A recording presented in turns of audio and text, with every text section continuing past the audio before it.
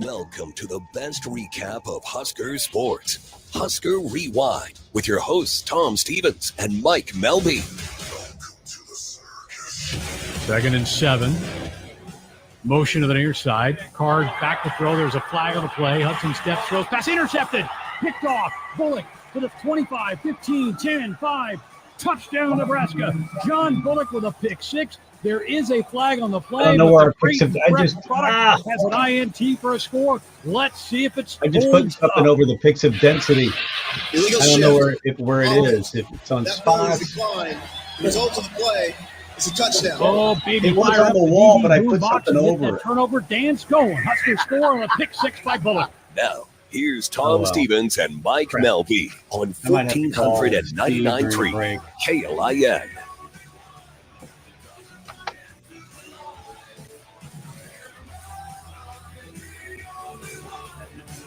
Welcome in, kids. Tom Stevens, Mike Melby, Husker Rewind every Sunday, 5 to 7. No game this week, so.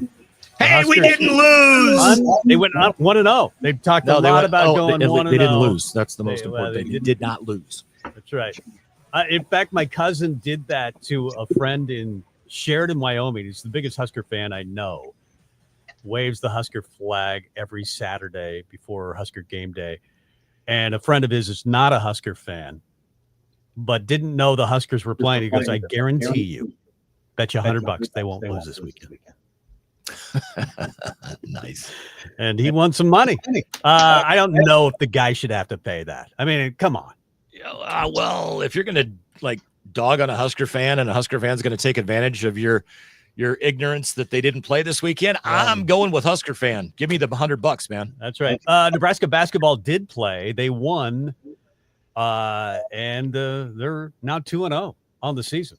Nebraska basketball beat Bethune-Cookman, which is not a good basketball team. They are 0-2, but they won the game 63-58. Nebraska was up 16 in the second half. Did not play well in the first half either. But then it got down to 3 with about 4:49 left to go in the game. But Nebraska was able to pull it out. Juwan Gary led the way, 11 points, 9 rebounds. Bryce Williams, 10 points in the game. Nebraska did not shoot it well, 18% from three-point range. So you said Juwan Gary led the way. That 11 points did not lead the way. Not one of those points led the way. What led the way was when it was crunch time, Juwan Gary said, you know what? No. And he made defensive stops. He made hustle plays, and he's the reason they won that game. Bottom line, flat out. It was close. I was thinking, don't let this be Incarnate Word. Do not let this be Gardner Webb. Do not let this happen tonight. And it didn't. This is Fred talking about a bad night all around. I think early we missed so many plays at the rim. I thought it affected our confidence. I thought we started pressing. We stopped trusting. And when we trust, when we make simple plays, we're a pretty effective team. It just couldn't buy one out there in the beginning, and you shoot 25%, I think, in the first half. Now I give our guys credit. Not very often do you shoot 25% and have a lead. So I thought defensively they found a way to lock down and keep us in a game where the ball wasn't going in the basket. And you have to do that. You're going to have games over the course of the season that are like this, where the ball's not going in the hoop. You just got to find a way to stick with it, stay in it. And then we get up 16, I think, in the second half. And then again, we let them back in. We missed some easy ones. We turned it over, missed a couple wide open threes, and to their credit, they kept playing and closed the gap. But we got to find a way to string it together. And defensive effort I thought was really good tonight. But offensively, we got to find a way to get something going. We'll talk more about this with Jake Muehlheisen, former Husker basketball star under Barry Collier, and the color voice of Nebraska basketball with Kent Pavelka. Did the game last night and will talk to us on the show within the next 15 minutes or so. Nice. Yeah. Let's get to the opening kickoff. Mike Melby here. Now the opening kickoff on Husker Rewind. Niles coming over at the goal line. A yard deep. He's coming out. Ball to the 10. 15's got a seam. 20, 30, down the near boundary. 40. Niles cuts back. 50, 40, 35, 30, 20, 15, 10, 5. Touchdown, Niles. Ball with a 101 yard. Back in the day when we actually won football games. Nebraska volleyball is 24-1 after sweeping their weekend West Coast swing. They won over number 12 Oregon on Thursday, and then Washington last night. Minnesota and Indiana are on the slate for this Thursday and Saturday at the Devaney Center. Tonia Tauke, former middle blocker for the Big Red, will join us at 6 o'clock. She was at the Oregon game. Nice. Yeah. So we'll get firsthand perspective on the dominance over number 12 Oregon. There you go. They looked really good. They do look really good. They looked good both nights. Yeah. I thought especially good against Oregon because that's a better measuring stick. Oregon's really, really good. Yeah. Washington's not bad, though, either. Nebraska's got a volleyball team. That they do. This just in. Nebraska's pretty good. National championship. Man, just saying. I think they're the best team in the league. I still don't know how they're not number one. I guess Pitt's. I don't care. Pitt's I really want them to stay number 2. Yeah. Who cares? I'm going to ask this to Tonia. Are you? Because I think I asked this last year when they were number 1 pretty much all season long. And then, of course, they played Texas and didn't show it on the national stage for the national title. And I remember asking her throughout the season, do you think they're peaking too early? And I wonder if that might, because I can't imagine them playing much better than they are. Sure as hell now. didn't peak very well down in Dallas when they took, or Fort Worth when they took on SMU earlier this year. But since then, I played get incredible. But hey, you know what? Let's hang a banner. We were number 1 on November 10th, 2024. Yeah, you know what? I don't care about that. I want another natty. So does Coach Cook. So does that entire team. They're so good. Coach Cook's has said this many times, and I'm not sure it's not true. It's tougher to win a Big Ten championship than it is to win a national title. Way easier to win a natty. I mean, it's sad to say, but when you've got 6 teams in the Big Ten that are literally national championship contenders on any given year, 4, but doesn't that seem up crazy? to 6 some years. It's almost like saying this: it's tougher to win an SEC championship in football than a national championship. I can't argue with that as much as I hate the SEC and I don't want to give them credit. Yeah, that might be the case too. But the SEC is going to win the national championship probably, 5 out of 6 years. I don't think they're going to win it this year. The Big Ten looks really good. Yeah, I don't think they're going to win it this year. Nebraska Hoops men's team is 2-0 after their opening week. An 87-67 win last Monday against Texas Rio Grande Valley, and then an ugly, and I'm talking about UGLY, you ain't got no alibi, you ugly win. Seriously, last night, that made 63-58. Were you thinking Gardner Webb? No, I wasn't. I never had any doubt they were not going to win the game.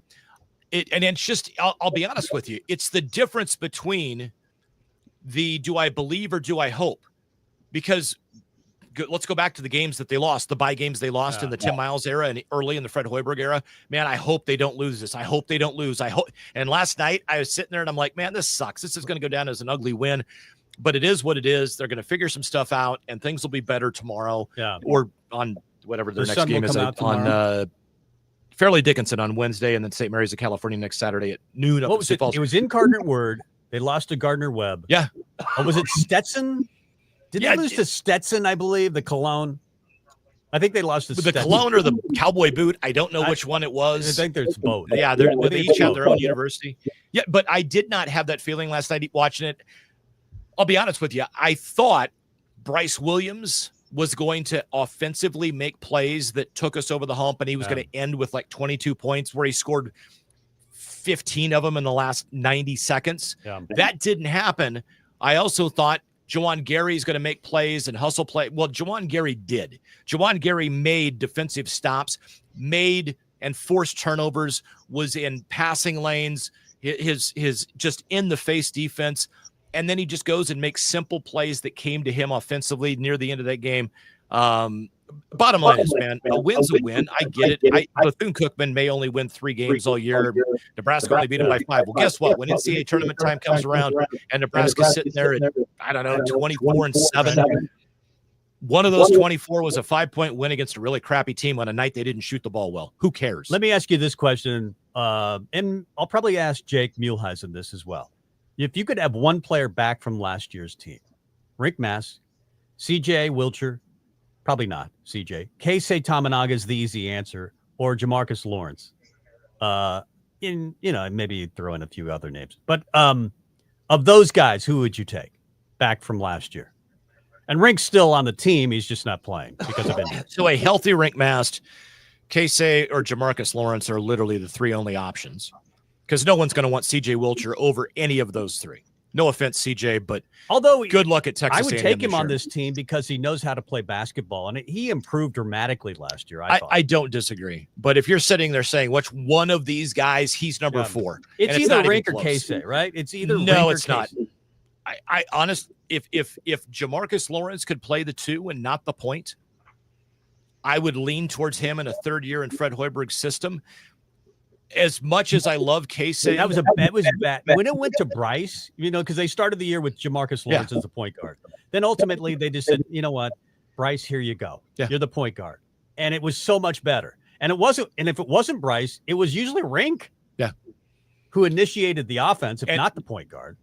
Tons of respect and the talent level and everything they brought chemistry-wise in the locker room that we never saw, but you would kind of hear bits and pieces, and you and I being in the media kind of would hear things that the public doesn't. I mean, Rink Mast and Casey Tominaga meant a ton to that team that people don't know about. Together, too. Yeah, but flip side, Jamarcus Lawrence, I thought could have been a maybe not first team, but an all Big Ten conference type of player this year and next year in Fred's system. He chose to go somewhere else. That's fine. It is what it is. Do what's best for you, young man. But I was over Casey's antics. I just needed him to quit doing earmuffs. And he's the guy that you hate if he's on the other team. I love him. I agree, but I was tired of the act. I just wanted to see him play basketball. And if he would have done that, I would take him over Jamarcus Lawrence. But I would take Jamarcus. I don't think it was phony. I think that's who Casey is. I get it, but I'm tired of it. Play basketball. Shut up and play. He could do that. Show some respect for your opponent. He never did. I get it. He's playing with enthusiasm, but he's not the kind of guy that I'm going to root for many, many, many years because he's on my team. If he's that kind of guy. Wow. Just saying. What a take. Like you said, tremendous talent. I hope he has tremendous success in the NBA. I hope he makes the Pacers. I hope he scores 30 a game. I hope he's an NBA Hall of Famer. But at the same time, I don't think he'll last long. Put the earphones down point guard. and just play the game with some respect for your opponent. Yep. Whatever. Women's hoops 2-0 with wins over Omaha and Southeastern Louisiana. They play Southern University on Tuesday at the Bob, and then South Dakota up in Sioux Falls. It's not the Denny Sanford Center. They're playing in the Pentagon or whatever it is up there. Back when I was calling Nebraska plays again in the Pentagon this year, right? Yeah, that's this Saturday. It's kind of a doubleheader with Husker hoops. So Nebraska men play against. Where'd it go? Hang on. St. Mary's of California. Oh, that is Sunday the St. Mary's game. Okay. Yeah. So Sunday is the Huskers up in Sioux Falls. Saturday, Husker women's game up in Sioux Falls against South Dakota. That's a fun venue. It's only like 5,000, maybe 3,000, maybe less. Yeah, I've never been to the brand new Denny Sanford Center that's attached to the old convention center and the big Sheraton Hotel where the Stars and the Stampede and whatever used to play in the USHL. Yeah. That place is fantastic. Have not been to the Pentagon, have heard and seen on TV. Yeah. Fantastic things about the place. I have as well. Buried way down because it's Husker football, and right now people are kind of frustrated with everything going on. But in some not so subtle news in the past week, Dana Holgorsen, former West Virginia and Houston head coach, was hired by Matt Rule as an offensive analyst this week, and Phil Snow, former defensive coordinator for Matt Rule at Temple and at Baylor, was hired as a defensive analyst. And so we'll see if the Huskers come out at USC running the air raid, or all of a sudden they're not playing the 4-4 or the 3-3-5 anymore or something. I don't think that'll happen. Tony White's excellent. I think he's going to be someplace as the head coach next year. Dana Holgorsen was a name that we had heard in the offseason. Yep. And I think there was an attempt maybe to get him on staff. That never happened. He ended up as an analyst at TCU. For some reason, he left there just recently. And now he's on the Nebraska staff. And when, there was a time where we thought maybe with Bill Moose in the house that we were going to get Mike Leach as the head coach at the University of Nebraska. He's a Mike Leach disciple, Dana Holgorsen. He's from that tree. Yeah, and ultimately it's the Hal Mummy tree. And the air raid will not work in the Big Ten. I'll just tell you that right now. They can think that the Big Ten's going to have to adjust for them. It worked a little bit in the SEC. The SEC is not the Big Ten. The SEC has better defenses than the Big Ten, though. I don't see the air raid working in the Big Ten. I don't think they would go air raid either. I don't think they would. I think they would use some of the concepts. So let me ask you this question, because that's going to pretty much put a bow on the opening kickoff. Yep. So next year, when Dana Holgerson's the offensive coordinator and he's calling plays, and Glenn Thomas and Marcus Satterfield are working at other universities, is Nebraska going to average 150 rushing yards a game if they're going to be successful in the Big Ten? No, they're not going to. Then they're not going to be successful in the Big Ten. No, I think, you know, it's a chance to bring in a borderline Hall of Famer, an offensive genius, and I think a lot of people would call Dana Holgerson that. Yeah, an offensive genius. Will it work in the Big Ten? I don't know. Scott Frost, who a lot of people considered an offensive genius, and he worked with Chip Kelly at Oregon. That seemed to work, but it didn't work at Nebraska. Look, but it didn't work in the Big Ten, and there's a reason. The Big Ten and the way that this conference is, and I didn't believe it. I did not believe this back in 2012. That the Big Ten is this big behemoth that is 3 yards in a cloud of dust, and you better play defense, because if you think you can run the ball, we're going to prove to you that you cannot. I did not believe it back then. I'm convinced of it now. And I think that, you know what an offensive genius does? He figures out what works, and he makes it work, and he makes it even more successful. He finds weaknesses. Dana Holgerson, if he is an offensive genius, your words, I kind of agree. He's not going to turn this into an air raid at Nebraska. Like 16 teams that have averaged over 500. I get it. None of them since 2009, by the way. Just saying. Yeah.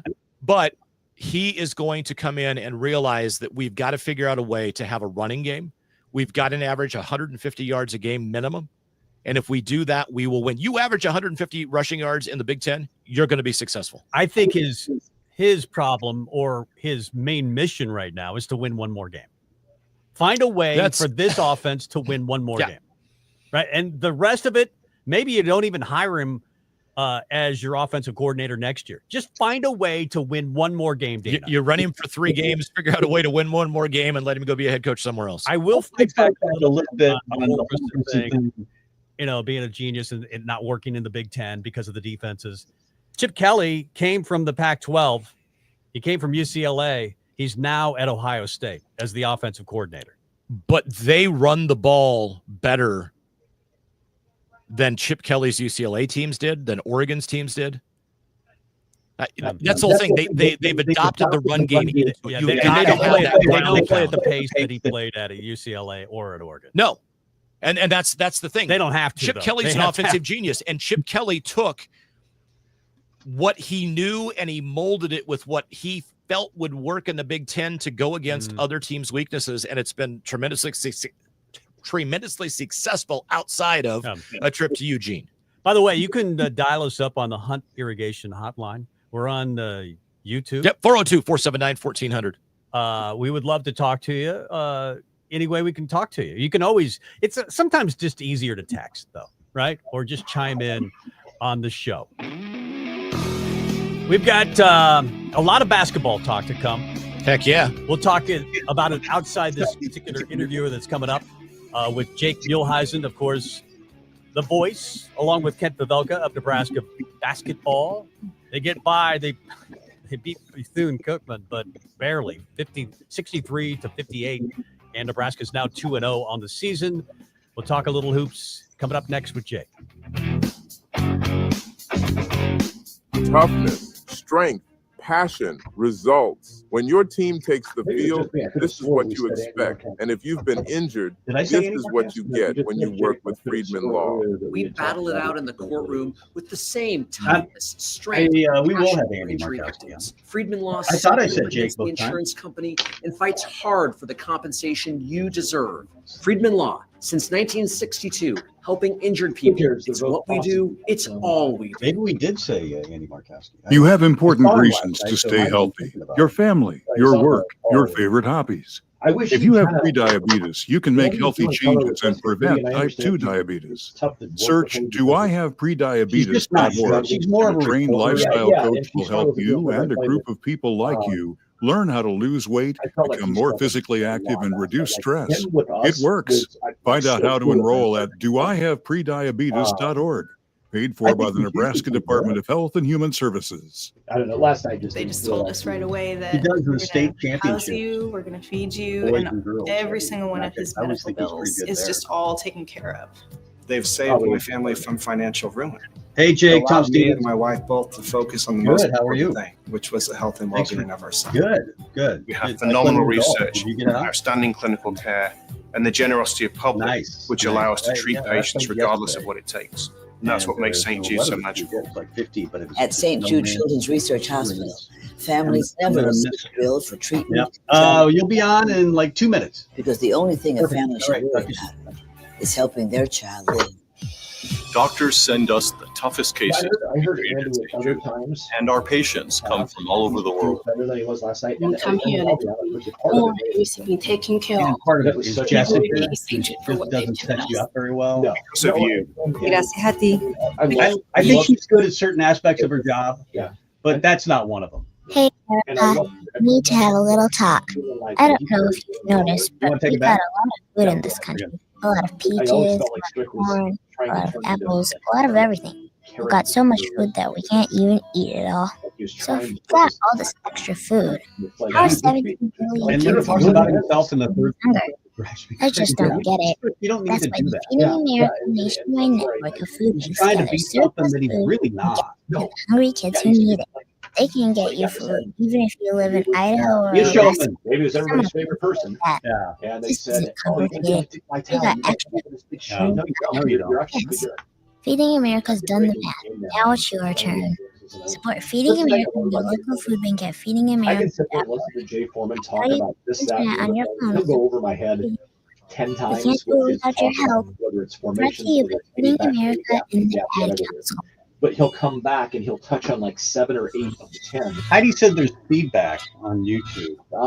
I'm getting Weekly rundown of might sport. sound weird. Mike Melby and Tom Stevens. They've done studies, 60% of the time it works every time. On 1499.3 KLIN. Welcome back, Tom Stevens, Mike Melby. Husker Rewind every Sunday, 5 to 7. We apologize if there's some technical difficulties. My wife Static. said- I hate static. My wife said she's watching on YouTube right now, now, and that it doesn't sound good. I don't know. And it seems like there's fizz in my headphones. Can you hear me, Jake? I can hear you guys. Jake Muehlhausen is here, so he So can he hear can us. do it. So that's really all we need. Of course, a star in the Barry Collier era of Nebraska basketball, and of course, one of the voices of Nebraska basketball. Of course, right now with Kent Pavelka. Tough game last night. Nebraska just didn't play well. Fred Hoiberg admitted it. They didn't see the ball go in early, and then maybe forced things a little bit after that. What did you see last night? Yeah, it was a strange game all around where I think they combined for 42 or 44 turnovers between the two teams, and neither team shot well. But from Nebraska's standpoint, I just think they're figuring things out. The coaching staff's trying to figure out some combinations, some lineups that work, and the guys are still figuring out how to play with certain players. And you can practice all you want, but until you're out in front of fans and playing against a different team that's not running sets that everybody knows exactly what's coming, it's just a little bit different. So those first two games, obviously, we're figuring things out. But last night, it was, I don't even know how to describe the game. I tried to describe it on the air last night, and I couldn't even come up with a word other than just clunky. And that works. The refs didn't help either. The second half, they were blowing the whistle a bunch, and it was just zero flow, and it was, from a fan's perspective, it had to be kind of hard to watch. Oh, it was. It was. Jake, let me ask you this. Both teams did not shoot the ball well. Nebraska missed open shots. I felt like Nebraska's defense was a really big reason why Bethune-Cookman did not make shots, though.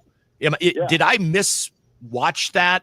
Because, I mean, there were times that, that third pass and somebody failed to rotate and they got some easy layups. I get that. That looks like that's very correctable, though.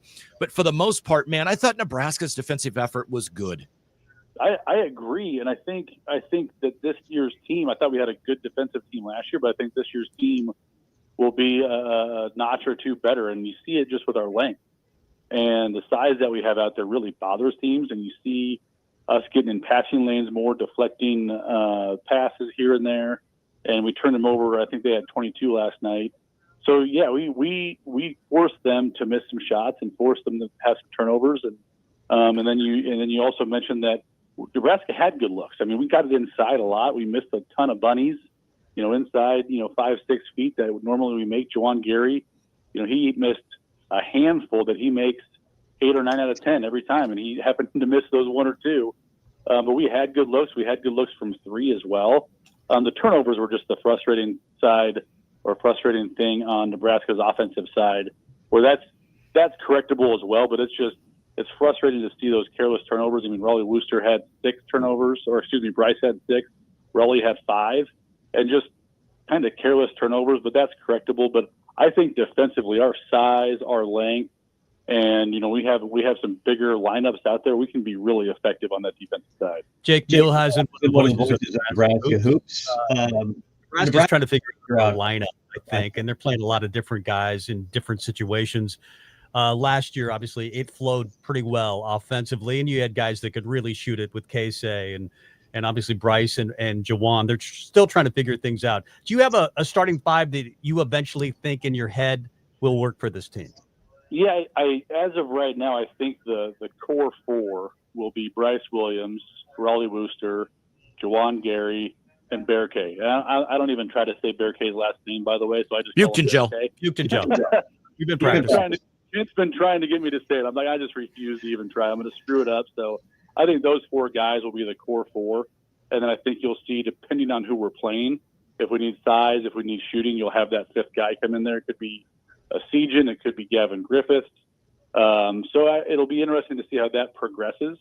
And then obviously it could be Morgan or Mia, just depending on who we're playing, because Bear K can slide to the 5 if we go small. If we want to go big, we'll have Morgan or Mia start at the 5.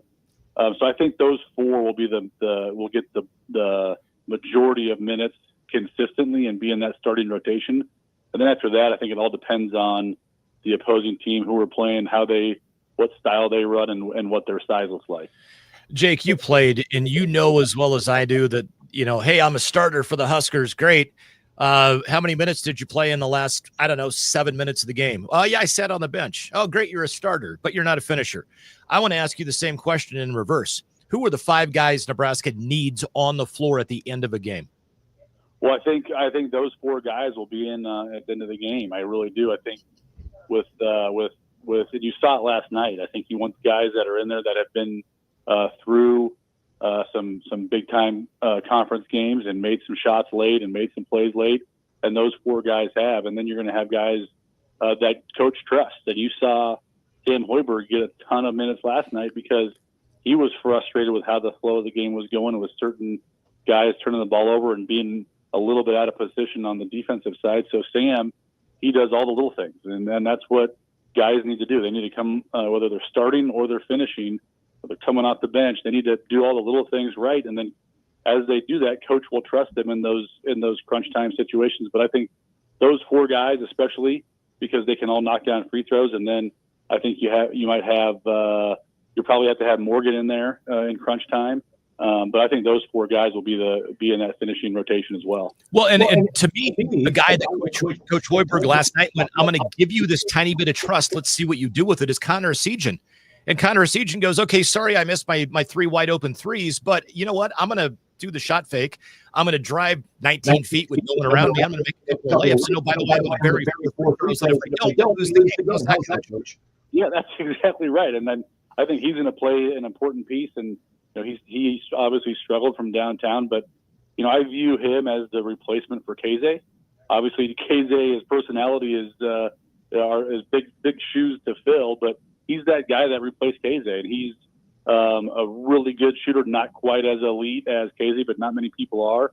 But he can do some different things that Keze couldn't, like you saw last night, some shot fakes, putting on the deck. But he's going to be a better defender and rebounder on the defensive side as well than what Keze was. But yeah, you have to have guys step up and come in that situation. And Kent and I were talking about it after the game. There were teams in the last 10 years that lose that game. So and I go back to last season too, where we were beat at home. I think it was North Dakota State or who it was, but North Dakota maybe. They had us beat. They were down. We were down 14 with like 18 to play. We came back and win. That might have been the most important win of the season. If we lose that game, we may not have gotten into the NCAA tournament. So, I know it's Bethune-Cookman. We should have probably beat them by 20 or 30, but when you get those close wins, it's always a good learning experience. And these guys need to take another big step on Wednesday, because really the first true test is coming up Sunday at the Pentagon against St. Mary's. Yeah, one of the voices of Nebraska basketball, Jake Neal, has our guest.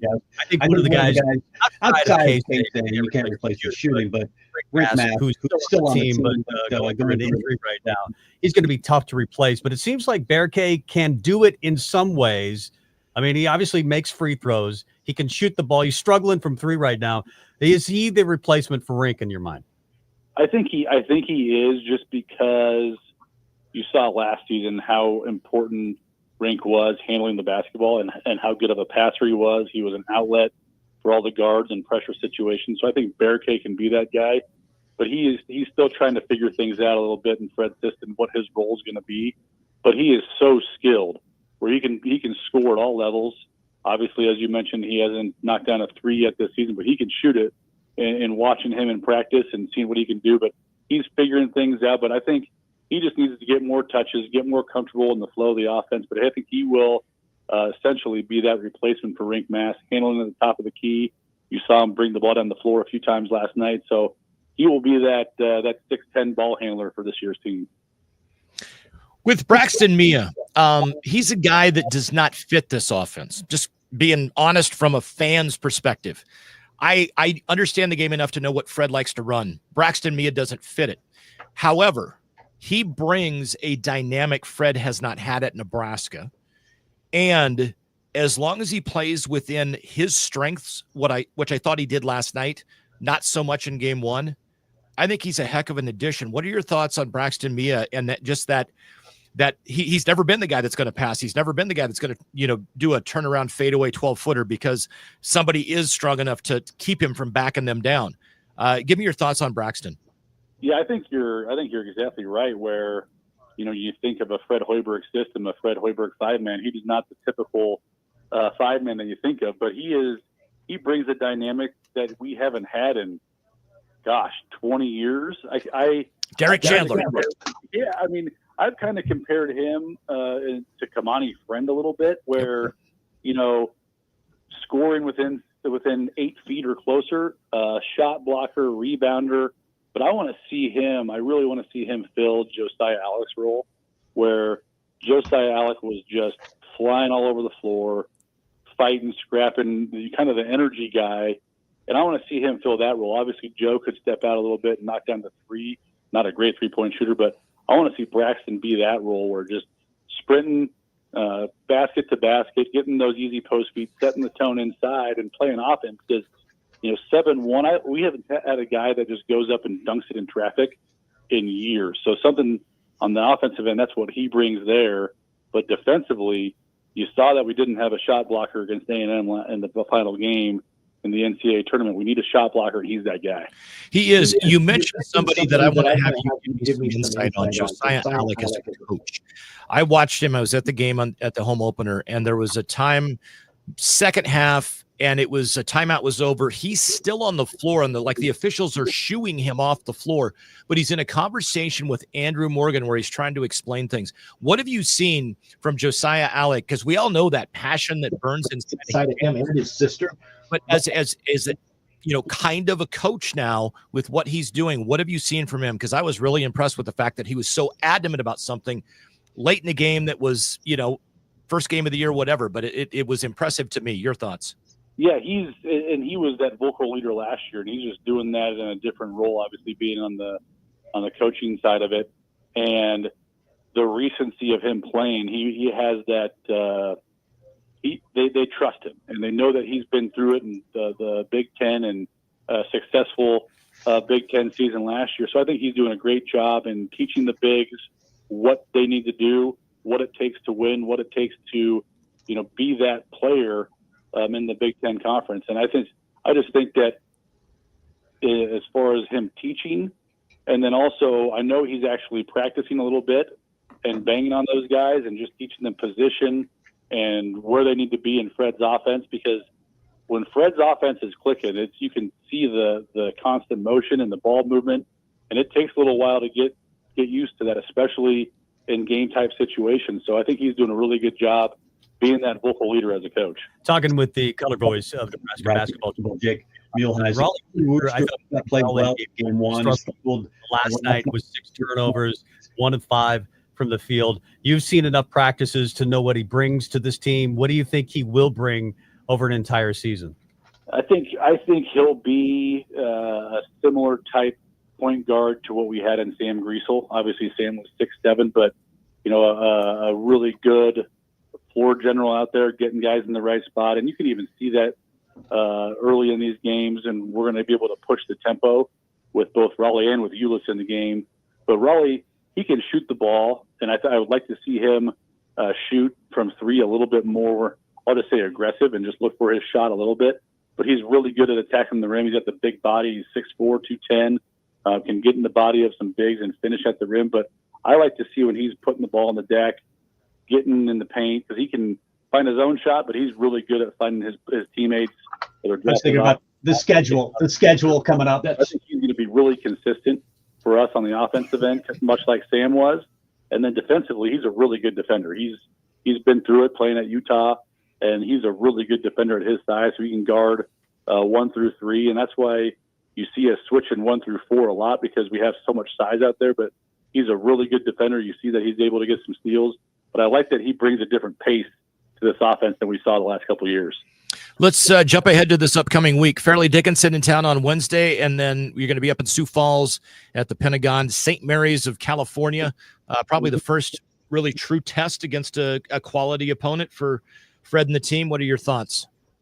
Yeah, I haven't watched FDU play yet. They played Creighton today, so I'm going to try to watch that film here this week. But I know that.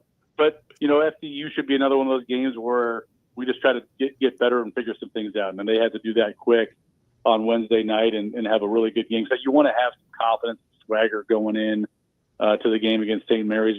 They're obviously picked towards the top of their league with Gonzaga. So I want to see them take a big step Wednesday and then play with some swagger at the Pentagon. But the Pentagon is just a fantastic venue, and it's going to be full of Husker fans. The last 2 games we played up there, one against Okie State, one last year against Oregon State. It's so much fun, and it's a big test, and that'll be our first true test. And as you're trying to build that resume in non-con, you have St. Mary's on Sunday, and you have Creighton the following Friday. So 2 huge tests for Nebraska before we start conference play in early December. By the way, you mentioned Creighton playing Fairleigh Dickinson right now and playing well. FS1 has that broadcast 75-48 right now.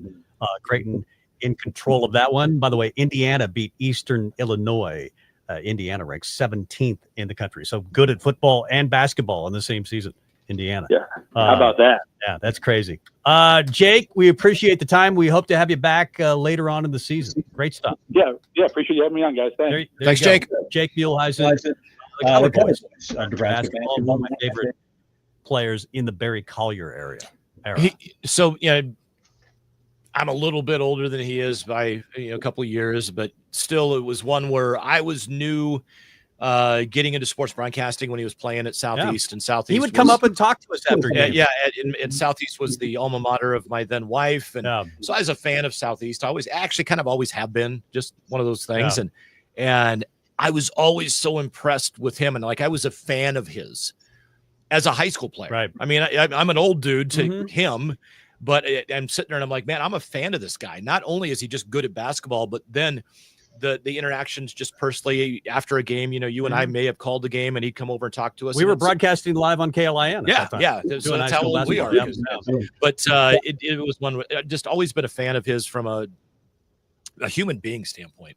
Yeah. Versus just on the court. And boy, we talk about that team. How good was that team on football and basketball? I think Jake played both. And Nick Baugh did, and Nick would sometimes come up. Barrett Root. I mean, those Southeast football and basketball teams were a little ridiculous. Yeah, but basketball never won a state title. That's the crazy. thing. That's what's so weird. Yeah. I mean, they won 9 or 10 football titles, and they were dominant at times. But Chuck Mazursky dominated the football, but Wally could never get over the hill. Wally McNutt back in the day. I think he had been done coaching basketball at that time. I can't remember if he was still coaching at that time.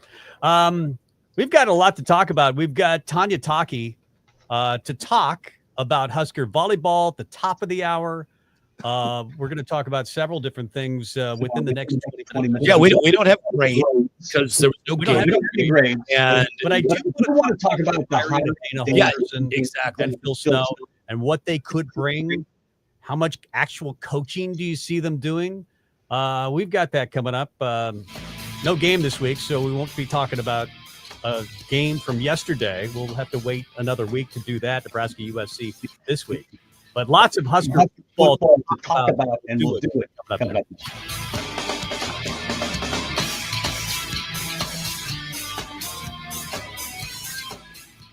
Savor the season at Momo Pizzeria and Restaurante. What do you think is going on with that? Pioneers Boulevard. Indulge in their extraordinary fall-winter seasonal menu featuring rich, hearty dishes crafted just for you. Sip on Momo's new selection of fine wines and creative cocktails perfectly prepared for your soul. Whether you're making a reservation or stopping by for a walk-in table, Momo is ready to serve you a dining experience like no other. Not everyone will get Momo, but for those that do, it will be extraordinary. Visit momo-pizzeria.com.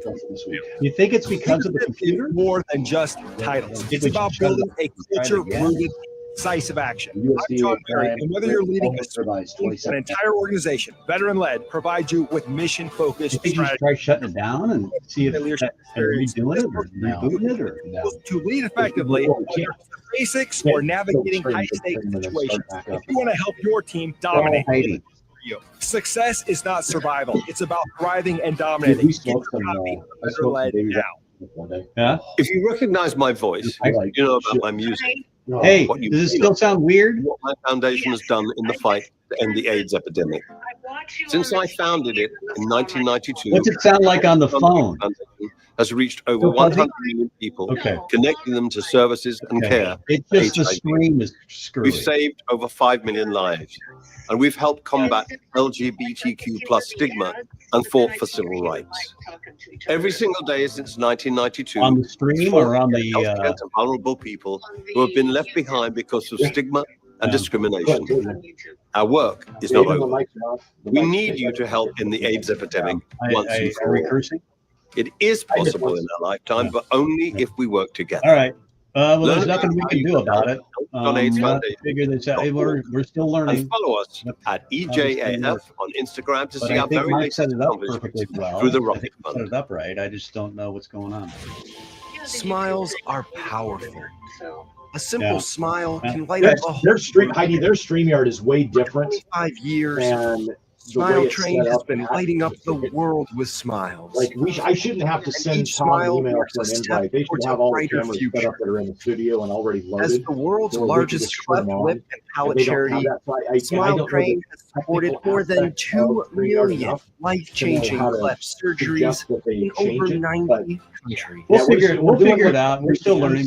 Resilience, joy, and beaming smiles for generations of children. Jake was great, right? Learn more about cleft lips and palates and how Smile Train is supporting the cleft community all over the world. Please visit smiletrain.org/learn. Off the air. Smile Train. You want to take it and lead the Fulgerson discussion? Yeah. For 25 years.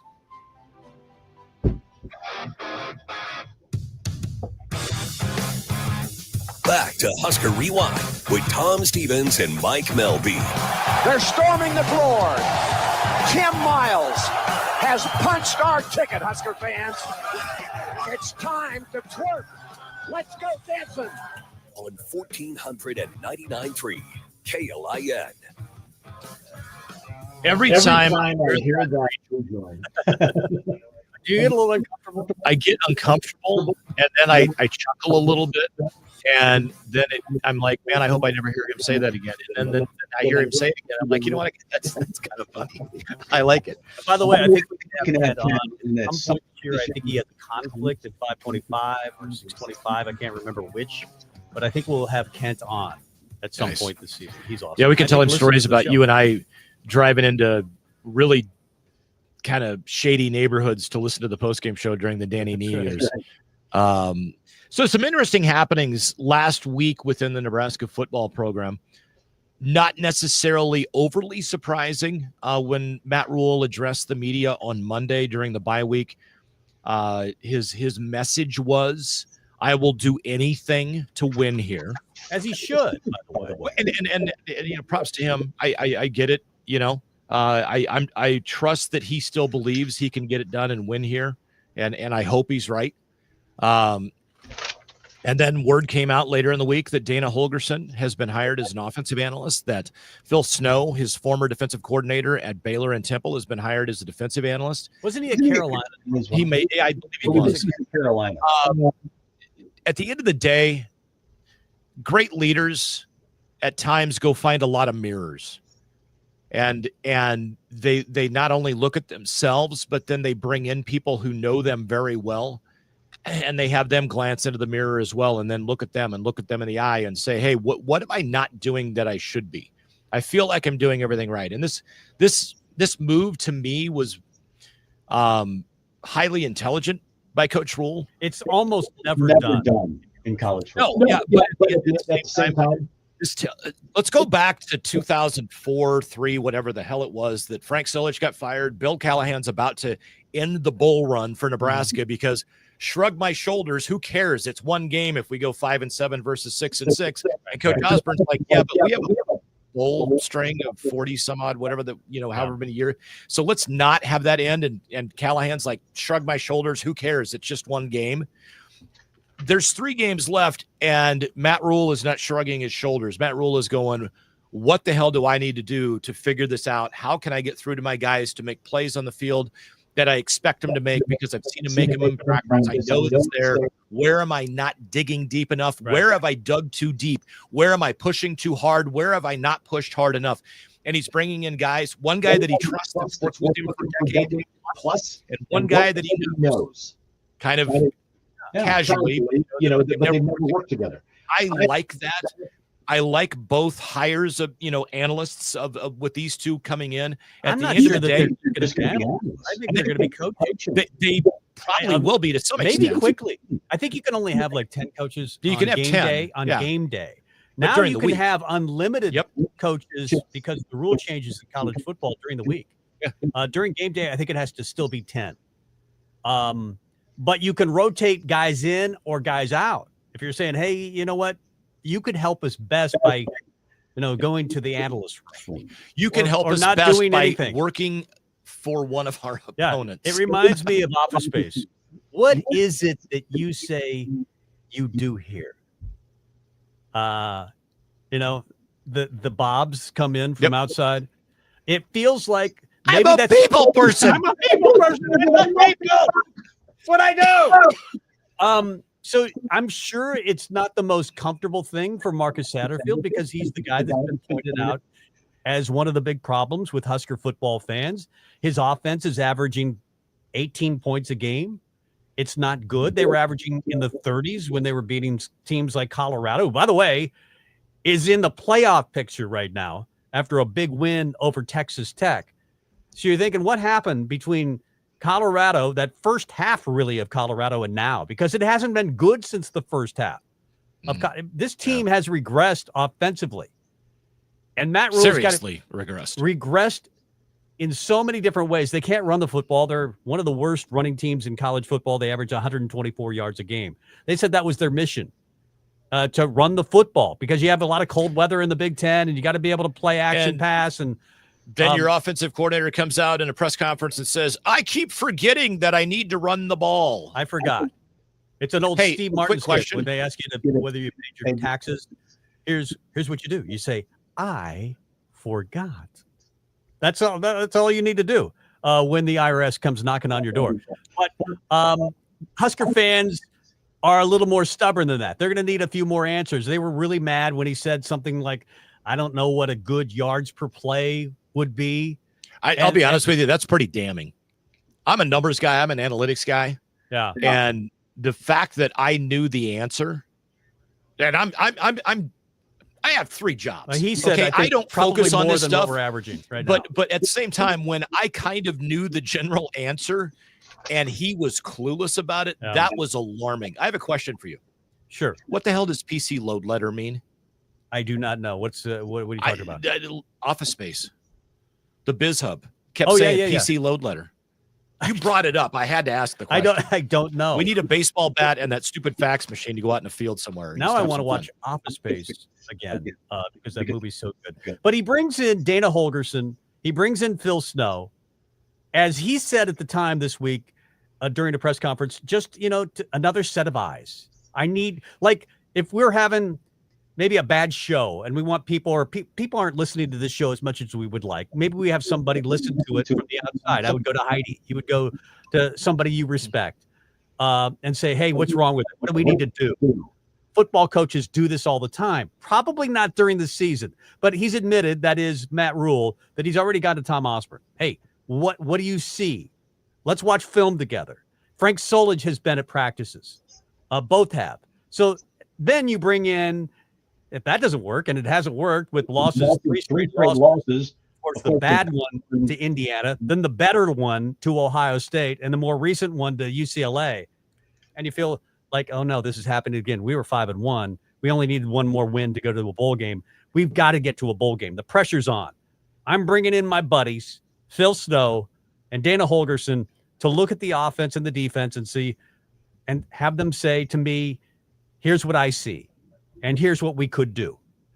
I don't think it's a bad move, but what do you have to lose? What do you really have to lose other than 3 more games? And that's, if you don't do something, you're probably going to lose 3 more games anyway. Yeah. They're a 9-point dog to USC on the road, and USC is going with a brand new quarterback. The funny thing, where I work at, had an individual after the UCLA game that made a comment to me about how ignorant and full of himself Matt Rule is.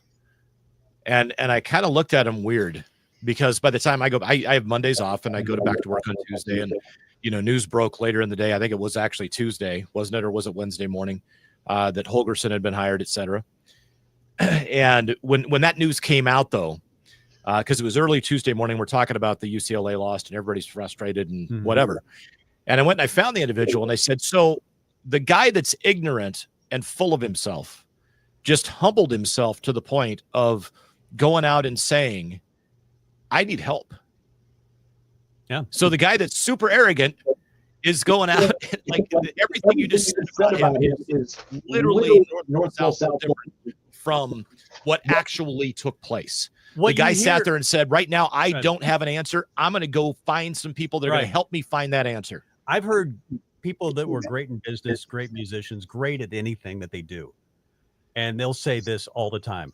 I want people that are better than me around me, or that, that I trust around me.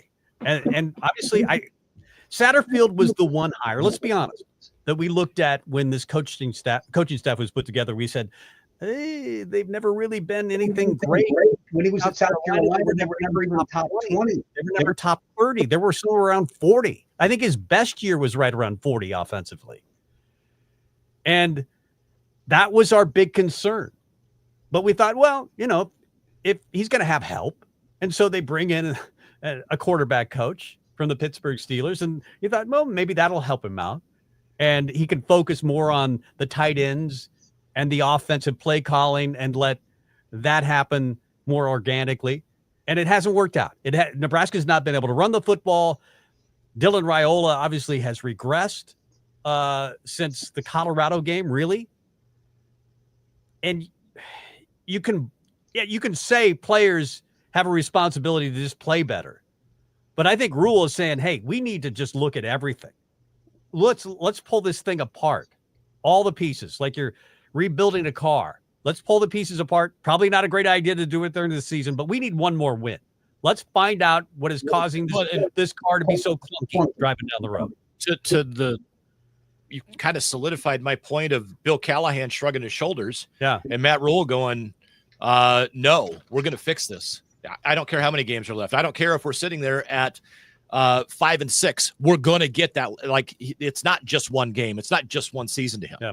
I mean, every week is you see it on his face and you hear it in his voice. To the players, though, Mike. Just looking at this from the outside, it could come across as panic.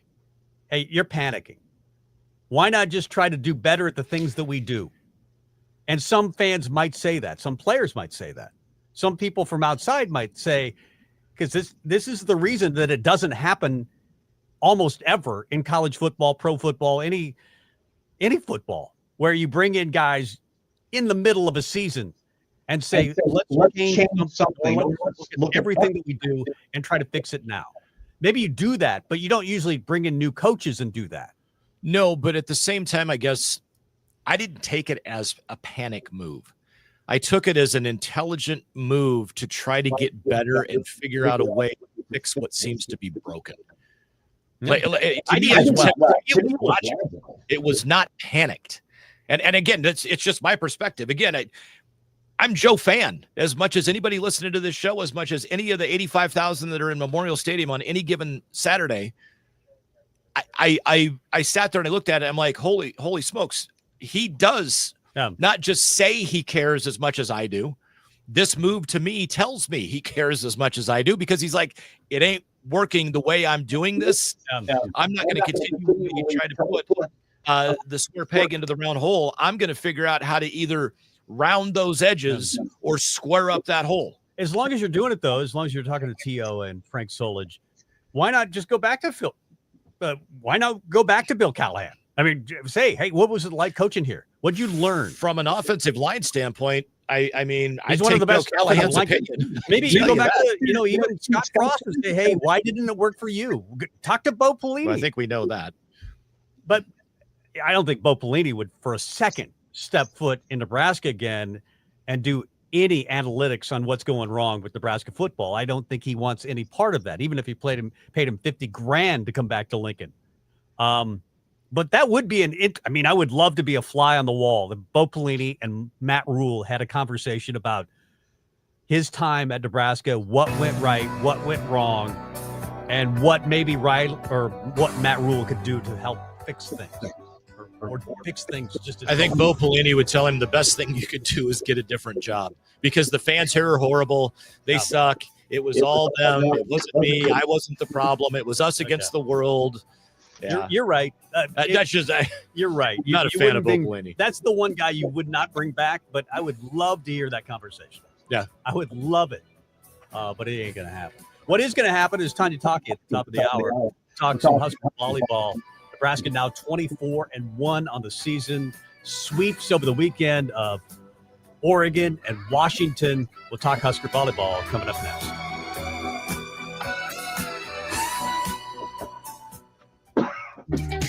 Are you ready for a new opportunity? Check out Sandhills Global. Join a dynamic team where your skills are valued and your career can soar. We offer full-time positions with a 4.5-day work week, competitive pay, excellent benefits, and a positive work environment.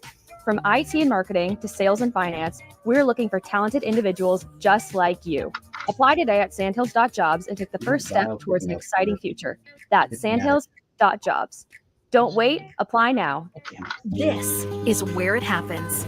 Long hikes with friends, kayaking adventures with family, more horseback riding, zipline gliding, rock face climbing, hammock camping fun than you could ever imagine. And it's all outdoors, amongst the trees and across the prairie, here beneath Nebraska skies. Plan an outing today at yournebraskaadventure.com. Sponsored by Nebraska Game and Parks, aired with the Nebraska Broadcast Station and this station. Hey, how are you? Don't you wish your life came with a warning app? Stop. Awesome. That dog does not want to be petted. 2 minutes. Just a little heads up before something bad happens. Move your coffee cup away from your computer. Oh, no. So you can have more control. Stop. You're texting your boss by mistake. Uh-oh. Well, life doesn't always give you time to change the outcome, but prediabetes does. With early diagnosis and a few healthy changes like managing your weight, getting active, stopping smoking, and eating healthier, you can stop prediabetes before it leads to type 2 diabetes. It's easy to learn your risk. Take the 1-minute test today at doihaveprediabetes.org. Oh, I forgot to ask you. Don't wait. You have the power to change the outcome. Visit doihaveprediabetes.org today. That's doihaveprediabetes.org. Brought to you by the Ad Council and Diabetes Awareness Partners. UCLA, Iowa. From the Momo Pizzeria and Ristorante Studios, we are the voice of Lincoln. KLIN Lincoln. KDKHD3 Lincoln. KDK17 Lincoln. 1499.3 KLIN. Oh, here we go.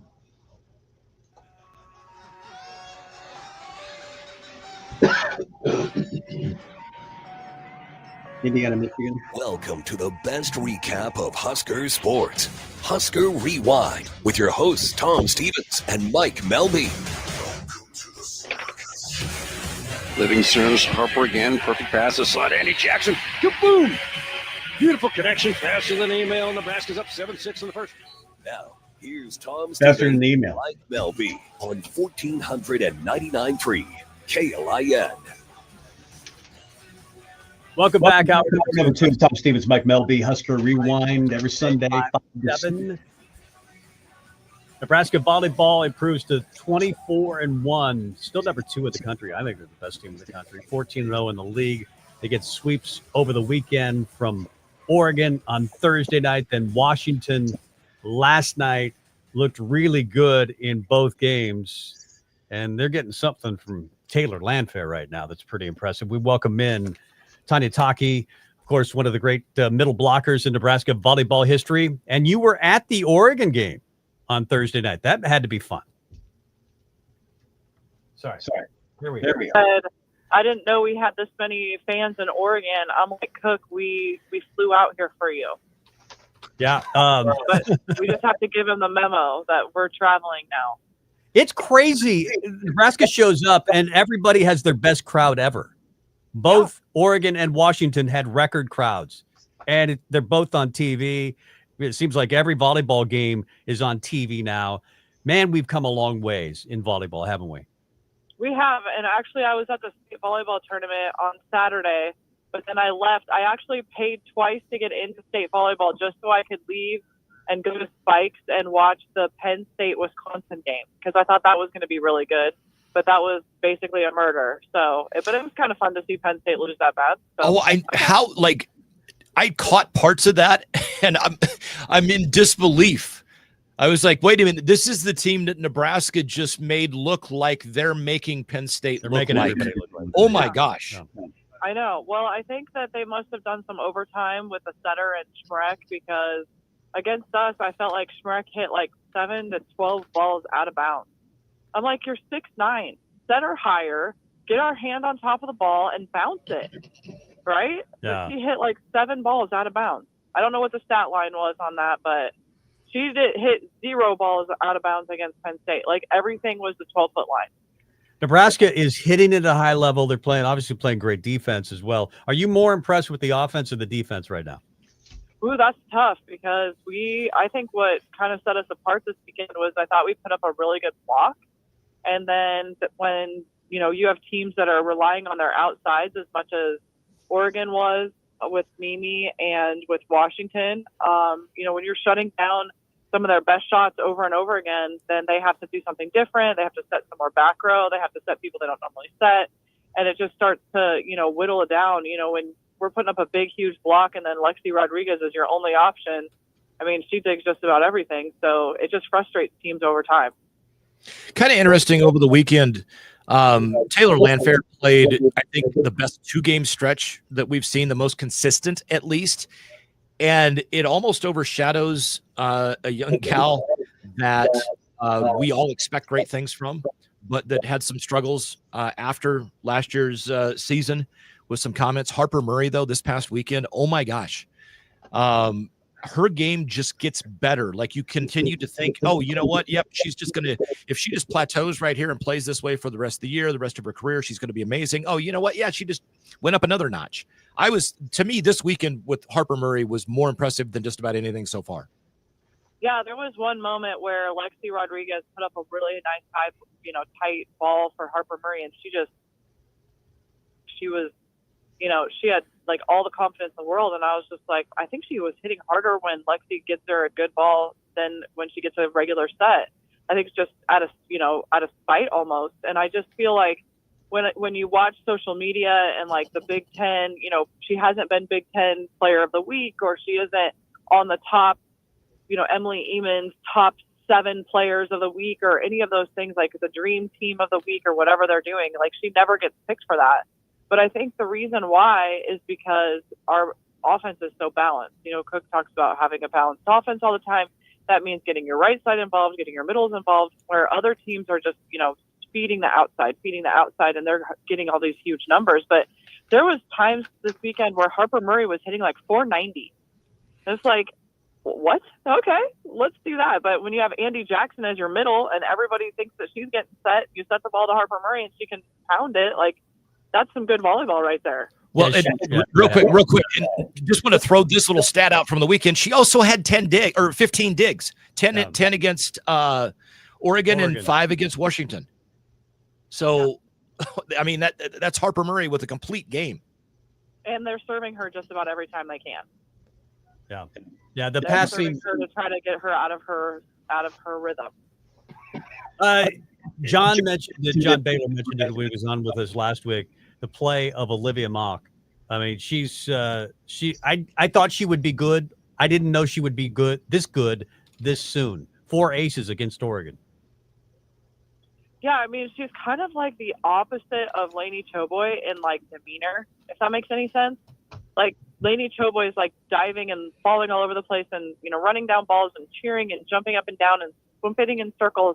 And Olivia Mauch is like almost the opposite of that, and just like so stoic, and she barely cracks a smile, and she gets an ace and it's like, oh yay, I just did that. And it's just like, she's so like low key. And so, but her like passing numbers is just so high. So, you know, people are already talking about like who's going to be the libero next year, because it's like, do you want the fire of Lainey Choboy or do you want the consistency of Olivia Mauch? Like, it's pretty tough to decide.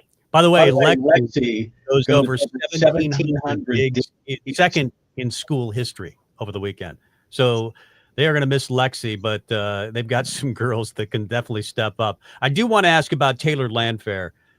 Played well, I thought, both nights. What are you seeing from her right now? Yeah, I mean, she's not my favorite on the team. I know that's kind of hard because there's so many great players. So she has kind of a lot to live up to, just for how hard her feet work.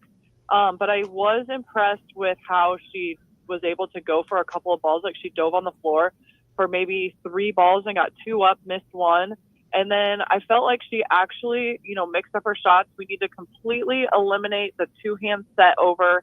Like, you're 6'5", take it with 1 hand, put it somewhere they're not. Like, let's be a little bit more aggressive than a 2-hand stand on the ground set thing. But I mean, every time she did it, the other team erred. So I don't know if she's got some magic sauce on that or what it is, but she is getting better and working harder, and her teammates are encouraging her, and she's trying. And so, I mean, when you have a block as big as she is and she can touch as high as she can touch, like, just a little bit more effort can go a really long way. So I do think she's giving more effort of late.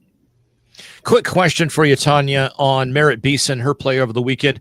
Not exactly what we expect from a first-team All-American, SEC player of the year, et cetera, and with what, you know, she did last year. Is it just one of those weekends, or is it anything to be concerned with? You know, I didn't know she didn't have a good game. Like, I was sitting at the Oregon game and I was, you know, cheering for our team. And I don't know what it was that made it so that she didn't have a good game, because I would not have picked her out as somebody like, man, Merritt's having an off night. Like, I didn't feel that while I was watching. I don't know if she, like, her hitting percentage was really low, but I mean, I think she was serving really well. She was playing defense. She had some really good back row attacks as far as I remember sitting there and watching. But I did hear that John Baylor and Coach Cook talk about that they were off this weekend. And I didn't notice it. But Coach Cook was just saying that when we're traveling or something about traveling 9 of the last 12 days, the last 4 games, we don't get a lot of setting and hitting connections. So the middles and the right side didn't get the reps like that they would normally get if we were in Lincoln and having actual practice, because when we're on the road, it's mostly just a serve and pass, don't jump too much, don't work too hard because we play the next day, or we just got done traveling and we are just getting our legs underneath us type of thing. Yeah, 080. I was going to say 083 on Thursday against Oregon, and 167 was our hitting percentage against Washington last night. So yeah, like that's what. 63? Yeah, 083. Okay, yeah. Yeah, that's pretty good. One of the great middle blockers in Nebraska volleyball history, Tonia Tauke, also the head coach at Nebraska, won. I think I asked you this last year when Nebraska was winning every game, and you said maybe it would be good to lose a game. I think you said that. Do you think that it's possible that they are peaking too early, or is it possible to peak too early? Well, I believe I never would have said that it's better to lose a game because... No, you didn't. No. You said absolutely do not lose. Actually, I think it was me that said that. I think it was me that said that. I'm like, I just want to be clear that when you're going for a Big Ten championship, there is no good losing. Yeah. I mean, it's going to be within one game. And now that Wisconsin beat Penn State, and now we have to go, Wisconsin's coming here. So if we can take care of Wisconsin, I think if we go to Penn State, that won't be, it will be kind of the conference championship. If we lose, we share it with them. If we win, we win it all. And it's just like, you can't lose once. There is no, there's a good, you can lose, it's the Big Ten, you can lose once. It's just not happening.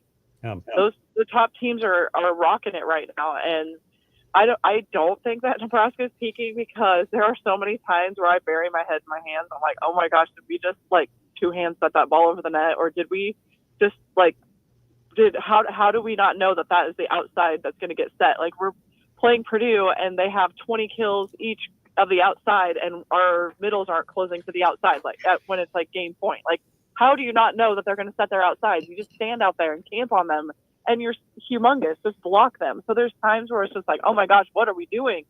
So even though we're winning, I do feel like that there's times it's just like, oh man, what are we doing? So True coach. We can only get better. We can only get better. All right, Minnesota and Indiana on tap Thursday and Saturday at the Bob Devaney Sports Center. Your thoughts on those two this coming weekend? Well, I'm really happy that we're going to be playing at home because I just feel like that's what the girls need, just to be in their own beds. Merritt has a puppy. It has to be horrible to be away from your puppy for 9 out of 12 days. You know what I mean? Just having those home experiences. So I know that's going to be good. And, Minnesota's kind of a scary team. Like, it just feels like that they can just come out and just be a team that they know that they can be. And then there's moments of they're just not doing anything well. So we don't know what Minnesota we're going to get. And we just have to take care of ourselves. And honestly, I don't know with Indiana, but anytime we play kind of those like, oh, it's just Indiana or, oh, it's just a letdown game or whatever, it's like, those are the ones that can jump out and bite you. So I think Coach Cook does a really good job of keeping everybody on their toes. They're always talking about, what potential downfall here, what do we have to take care of? And I think everybody's got their eyes on the prize. So it'll be nice to be at home this weekend. There you go. Tonia Tauke, one of the great middle blockers in Nebraska volleyball history and head coach at Nebraska. What's going on there right now? We just wrapped up our high school tryouts, and I am totally adrenaline crashed. I can tell you that much. Woo! It was a lot of girls. We have a lot of teams. A lot of people are excited. So, yeah, I can tell you that we have one of our teams is going to be the next all Division I players playing together at 16. So that'll be fun. Lisa Reitzman's daughter really had a great run at state, and then it's also Christina Bosinger's daughter is getting healthy and going to get back on the team. So those are going to be some players to watch that are coming out of Nebraska and doing great things. We always love having you on the show, and we'll have you back soon. Awesome. There you go. Thanks, Tonia. She's the best. I love having her on. We should have her do the picks of density at some point this year. Oh yeah, just because it was so she could go 7-0 and laugh at us. That's right. You won last week. I think you were 5-2 and I was 4-3. So that never happens. So I'm going to enjoy it. But right now it's time for the Big Ten Blitz. The Big Ten Blitz. The Big Ten Blitz. The Big Ten Blitz. The Big Ten Blitz. We'll start it with Indiana still winning 10-0. Best start, obviously, in school history. They beat Michigan 15 or 20-15. They did not cover, but Curtis Rourke is back. He threw 2 TDs, went 17 of 28 for 226, I believe, in that game. as boy, it was the losingest program in college football versus the winningest program in college football, and the losingest program held serve on this one. They are probably going to be in the college football playoff. They probably are going to lose to Ohio State and still make it. Probably. Yeah. I'll be honest. I don't know, man. It for as bad as they played in the second half, it was just weird. But I don't know, man. Did you see Kurt Signetti afterwards? I did not. The talk interview to him after the game. No. But his interview afterward. No, I did see it. The emotion, you could tell he lost it for about 0.7 of a second, and he kind of caught himself before the choking up came out, and he was a little bit stoic about because the gal asked him, did you envision this? Was this in your mind when you said, I'm going to win here? And it was pretty interesting. I don't know, man. Better enjoy him because somebody's going to make a play for him. That's what I would think, too. Michigan has a bye, then they'll host Northwestern, then Ohio State. And then, of course, Indiana has a bye, and then Ohio State. And then they host Purdue. So they're going to beat Purdue, and they're going to beat them badly. They're probably going to lose to Ohio State. Then they don't probably have to play in the Big Ten game, the championship game. That's good. Yeah, against Oregon, or that's going to be my guess is probably Oregon. Or do you? I don't know. We'll see how the tiebreaker works. There you go. Oregon's 14th straight win at home was kind of significant. They beat Maryland 39-18, and Dylan Gabriel broke the NCAA record for total career touchdowns as top-ranked Oregon rolled. He only threw for 183, but 3 touchdowns. He is still, I think, has got a shot to get the all-time yardage. Yeah. Because is this his 6th or 7th season? I think maybe it's 19th for all I know. Yeah. He was recruited to UCF by Scott Frost. That's right. That tells you anything. Yeah. So. But Oregon continues on, number 1 team in the country, number 1 team in the college football playoff rankings. They're 10-0. Next weekend, they are at the Madhouse. And that game, I still think Oregon wins because I don't know that Wisconsin is very good. But I'll tell you right now, that is a game, if I'm Oregon, I am really, really worried about. Wisconsin? Yeah. At the Madhouse. Yeah, maybe. Just that fan base. I don't think Luke Fickell's a very good fit for the Big Ten, but whatever, man. Maryland gets to stay at home. They play Rutgers next weekend. Ohio State improves to 8-1 on the year. Big win over Purdue. It was never close, 45-0. Will Howard throws 3 TDs. He rushes for another 260 through the air. Jeremiah Smith, the best rookie wide receiver in college football, set a freshman receiving record with his 9th TD of the year. That was held by Chris Carter, by the way, who was pretty good, played for my Vikings. Ohio State will host Penn State. They already hosted Penn State. Ohio State will host, or be at, I should say, Northwestern. And Purdue will continue losing when they host Penn State. That they will. Yeah. Penn State Nittany Lions bounce back after their loss to Ohio State last week, playing in front of a whiteout crowd in Happy Valley. They roll the Washington Huskies 35-6. Tyler Warren, the do-it-all tight end for the Nittany Lions, caught 8 passes for 75 yards, ran for 2 touchdowns. And number 6, Penn State pulls away from the Huskies, and it's hard to believe that they were in the national title game. Yeah, the national title game opponents this year, you're wondering how they could fall that far, but they have. Like TCU was in it.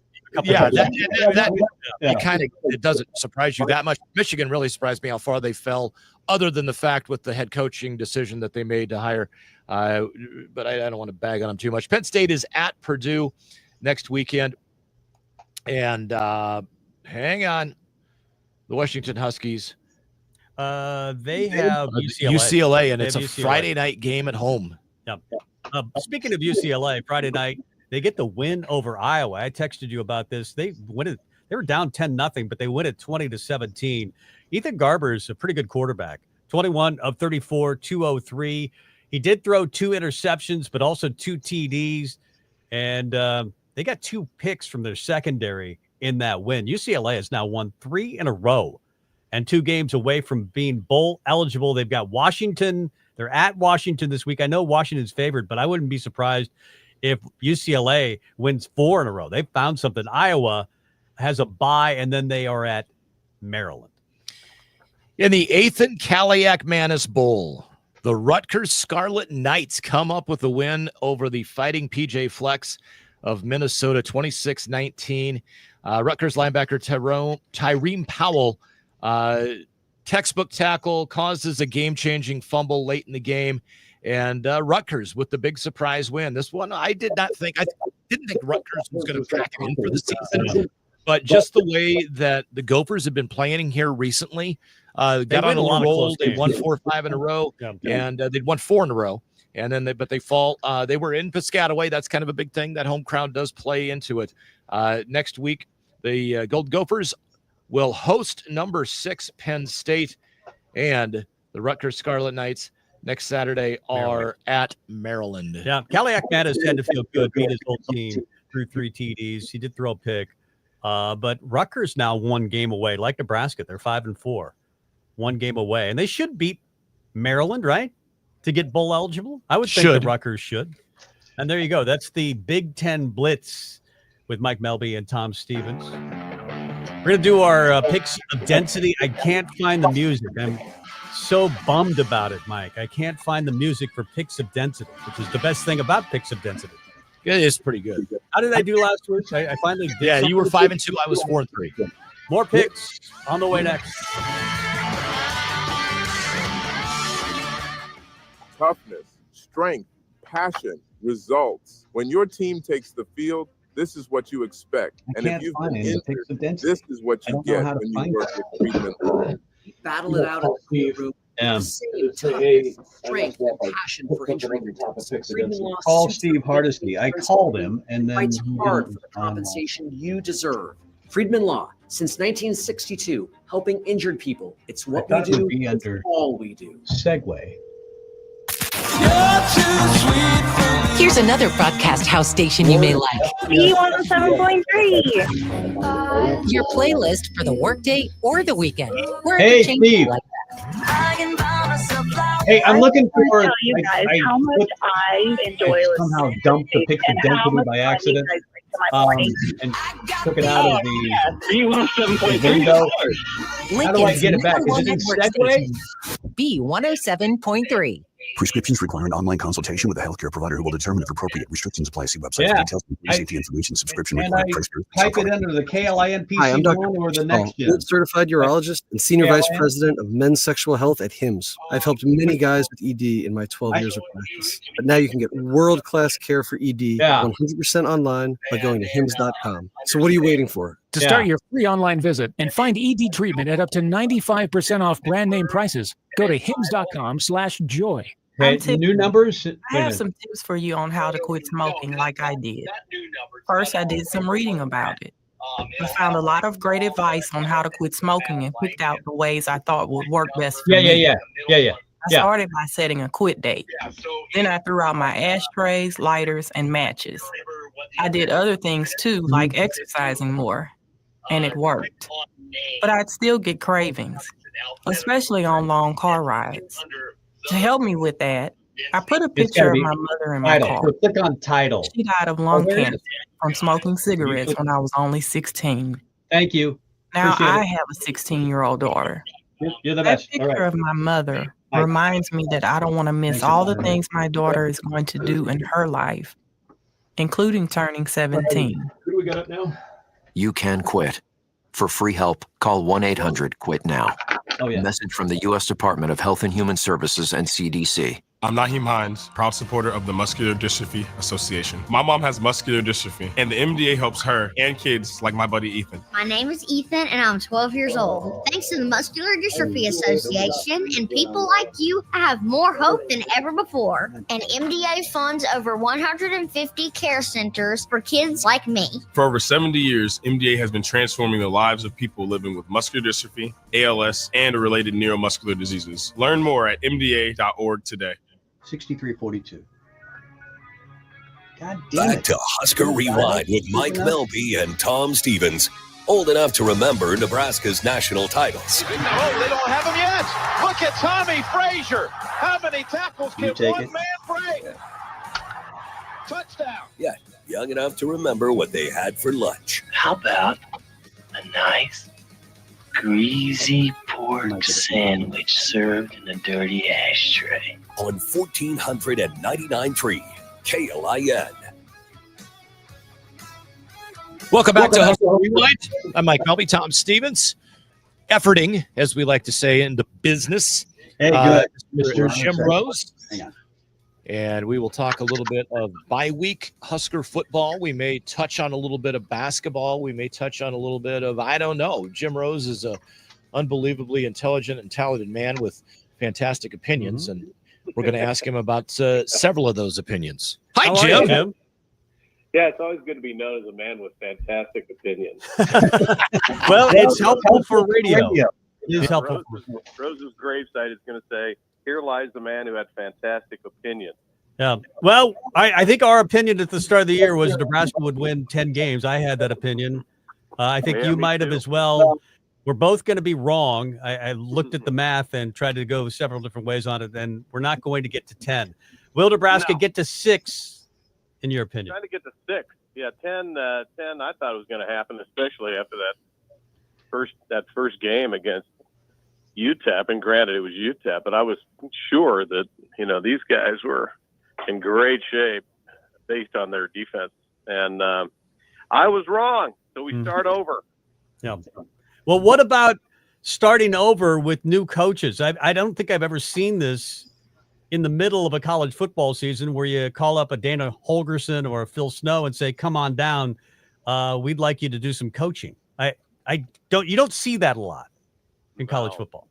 You surely don't see it in Nebraska. Although, Eric Chenander was relieved of his duties as defensive coordinator when Mickey Joseph took over. Yeah. It just wasn't what we used to do. But it's not uncommon. You're seeing it all the time now. Coordinators getting paid huge sums of money, $1 million plus, in some cases $2 million. And so there is expectation there. There is accountability there. And head coaches are saying, guy, I'm paying you tons of money. We need production. If we don't get it, we're going to make a move. And anymore, it's kind of commonplace. So let's see what Holgerson does. I can't believe for the life of me that he was brought in here accidentally. I think that Matt Rule really likes what he can do. Well, what he can do with 3 games to go is a question mark, because we really don't know exactly how much of an impact he could have with 3 games to go. You can't change personnel. And if you start messing with scheme, you got bigger problems. So it's more about, okay, maybe try this or try that, or do a little less of this, a little more of that. Well, and that was going to be the question. What do you think Dana Holgerson is going to be doing? What do you think the challenge that Matt Rule gave him was? Evaluate exactly what we're doing. Evaluate our personnel groupings. Evaluate down and distance calls, field position calls. See what we can do with Dylan Raiola. This is a once-in-a-generation talent who's not just him. People are saying, what happened to Dylan Raiola? Well, here's what happened to Dylan Raiola. He went up against a lot better teams with better defensive coordinators and better personnel. That's a part of it. So it's not like suddenly he can't do it anymore, or look at what he was doing early in the season and now look at him. It's really more about better teams. But we can all agree that throwing the ball 3 times on 2nd and goal from the 5-yard line was a bad idea. And we can all agree that taking 8 snaps to get into the end zone from the 10-yard line, including a personal foul penalty, is just not what we need to be doing out there. And we can't do that and expect to win. So what do I think Dana Holgerson will do? I think he'll do that. I think he'll report to the head coach. If you're an assistant coach on the offensive side of the ball, you got an issue. Because I would be very surprised if Dana Holgerson isn't the offensive coordinator next year. Wow. Matt Rule is admitted that he talks to college all the time, and he likes to get outside opinions and just say, maybe you watch a little film together and say, hey, what do you think? But Dana Holgerson's kind of a different thing. Do you see them changing plays necessarily, or is this just one of those things that Dana can come in and say, this is what I see within the scheme you're already using? Yeah, that's what's going to happen, Tom. He can't come in and command the playbook. He can't come in and digest that playbook. nor would he be allowed to do that. Now, I got to tell you, if he's upstairs in the booth, that's a problem. If he's up there sitting behind the offensive coaches up there, that's going to be an issue. I can't imagine that he'll be up there. I believe he'll be on the sidelines. Could you reset? And they'll obviously evaluate tape a little. Sunday, Reset Monday, his. Tuesday, Wednesday, Thursday, Friday. Yeah, thank you. But to have him up there looking over the shoulder of these assistant coaches is just not the way to go. It's not good for them. It's not good for the program. It's not good for Raiola. So I'd be really surprised if he's upstairs in that booth. Yeah. Former voice of Nebraska football, Husker historian Jim Rose joins us here on Husker Rewind on KLAN. What about Phil Snow? What do you think he is doing? What do you think the ask of from Matt Rule was to him? About the same. At this point, just check out what we're doing. Give me some fresh eyes.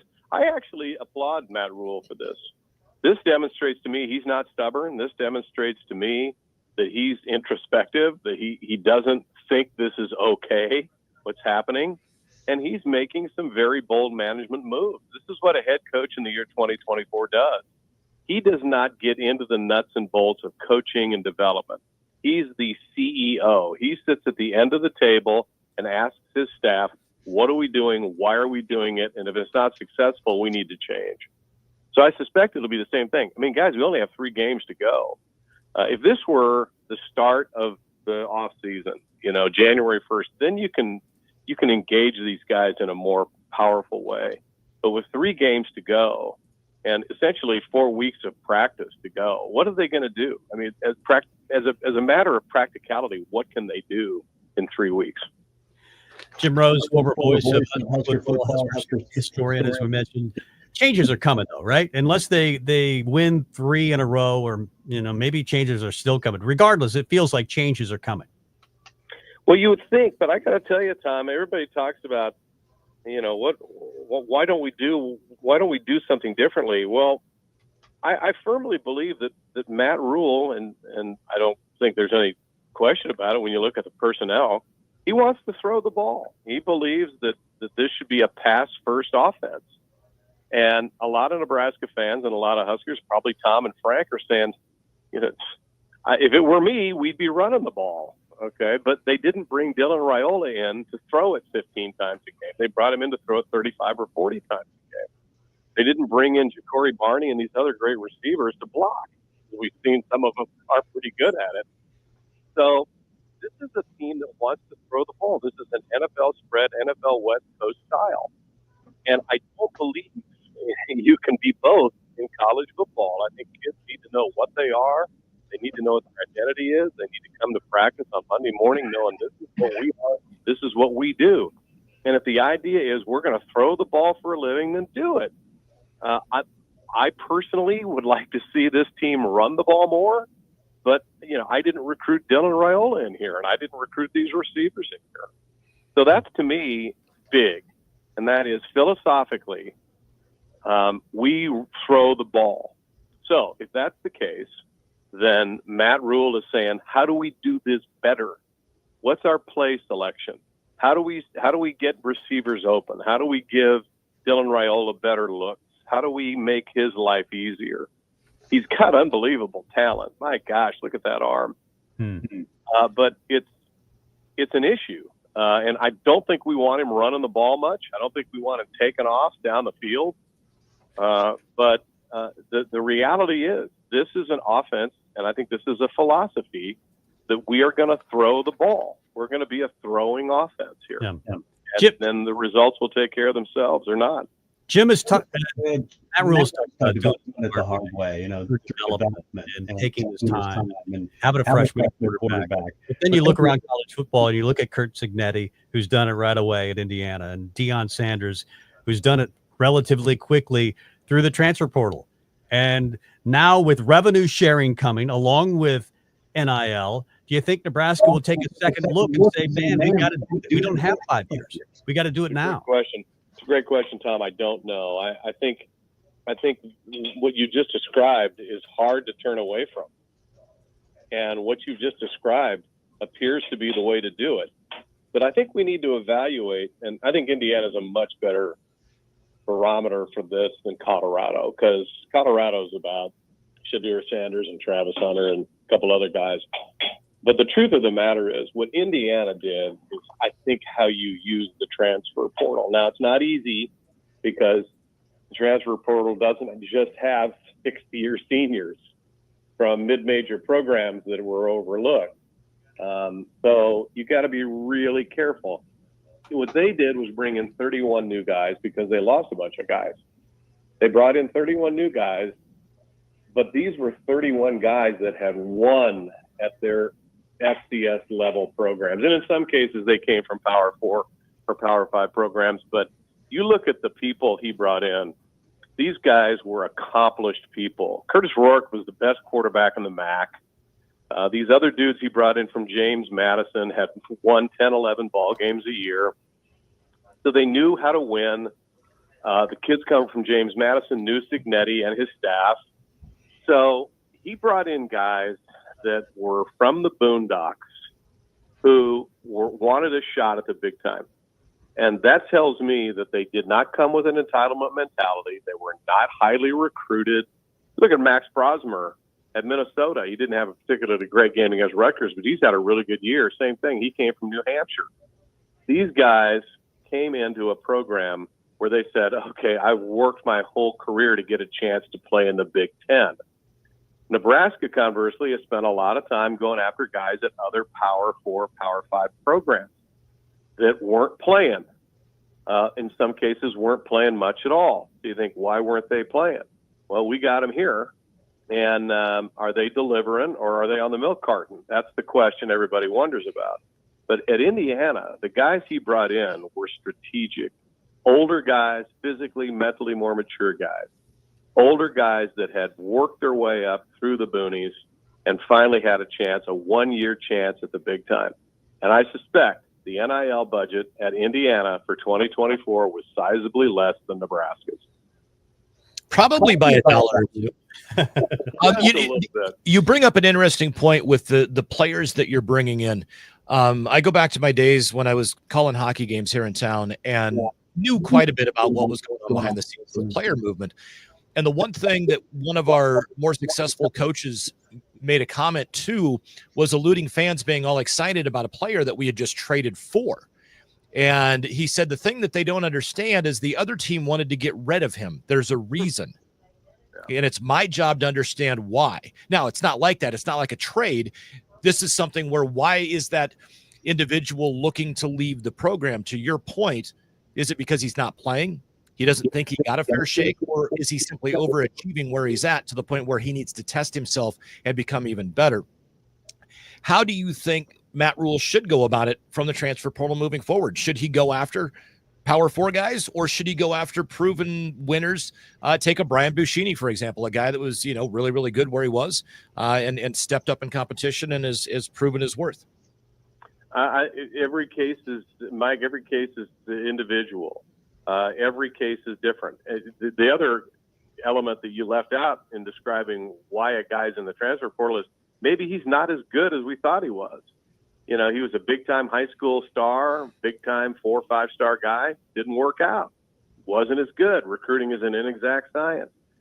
So it's a case-by-case thing. And I think you've really got to do your due diligence on transfers. I think you've got to be really, really, really, really comprehensive in every evaluation.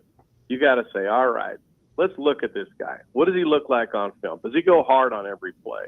Does he take plays off? What can he do? What doesn't he do? What can we teach him to do? What does he want to do? There just has to be more due diligence. That's not to imply that there isn't any due diligence with Nebraska, but I would ask the fans, and this is a rhetorical question, look back since the transfer portal era began. Look back on how many transfers Nebraska got that were truly impactful here, that made a big difference. Now, we can probably think of them, maybe, and Buschini's certainly one of them. But think back how many guys, and of those guys, how many of them came from Power 4 programs? How many of them came from Power 4 or at the time Power 5 programs? If we look at Toure, he came from what, Montana? Montana State. He's probably the best transfer Nebraska has got. Would you agree? Yeah. the kid from Northern Iowa that was, and his name escapes me, I'm getting old, that played for Nebraska for one season. He was impactful, defensive back. And it's going to come to me in the Omar. Yeah. So you look at these Brown. guys and think, okay, yeah, Omar Brown, that's right. I thought he was one of the more underrated players on the team when he was here. So you look at guys and think, all right, which transfers did Nebraska sign that have been truly impactful guys? Not who've had a couple good plays here and there, but have been impactful guys that have changed the way we play or have impacted our success. And, if the answer is a whole bunch of guys, great, then everything's going well. But you might be surprised. And if you look at the guys who have been impactful transfers, they did not come from FCS level programs. Yeah, there haven't been a lot of Mike Roziers or Vince Ferragamos. You look at JUCOs. In JUCOs, it's the principle. It's the junior college principle. If you've played your football at a junior college, there are very few junior colleges that look like big-time programs. So the chance to play at a Nebraska from a JUCO is, man, I'm now in heaven compared to where I've been. And yet you're coming from Georgia, and I'm not singling out MG Sherman, but if you're coming from Georgia or LSU or Arizona State, is it that much better here than there in every way? I don't know. Jim, I want to ask you one question. The name escapes me, and it's frustrating. At any rate, there is a former junior college player, and Curtis Rourke might be who it is, that is suing the NCAA for 2 extra years of eligibility, saying, I didn't play in the NCAA. Oh, it's the Vanderbilt quarterback. The Vandy quarterback. What are your thoughts on this? Because I kind of feel like he might have a bit of a point that if you didn't play in the NCAA, how are you telling me I've lost 2 years of eligibility in the NCAA? He's absolutely right. With the collapse of the NCAA and its rather arcane set of rules and regulations and restrictions, he has a great case.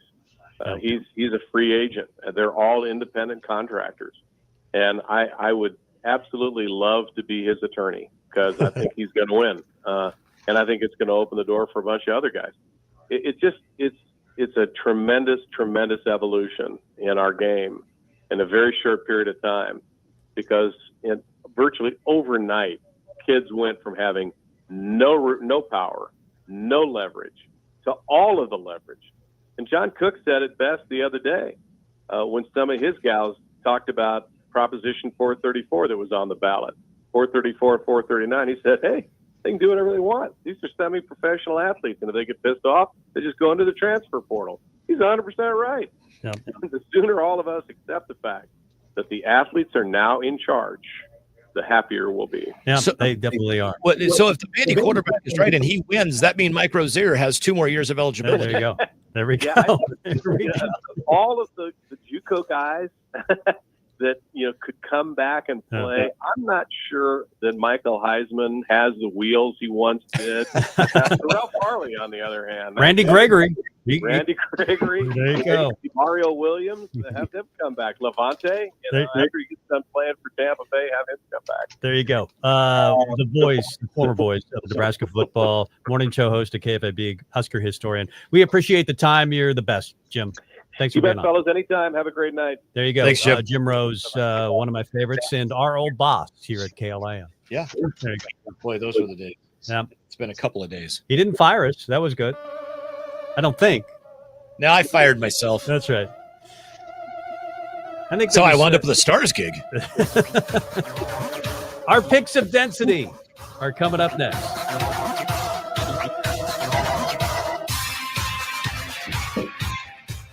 Aging Partners True Alta online caregiver support offers a variety of resources for families facing caregiving challenges.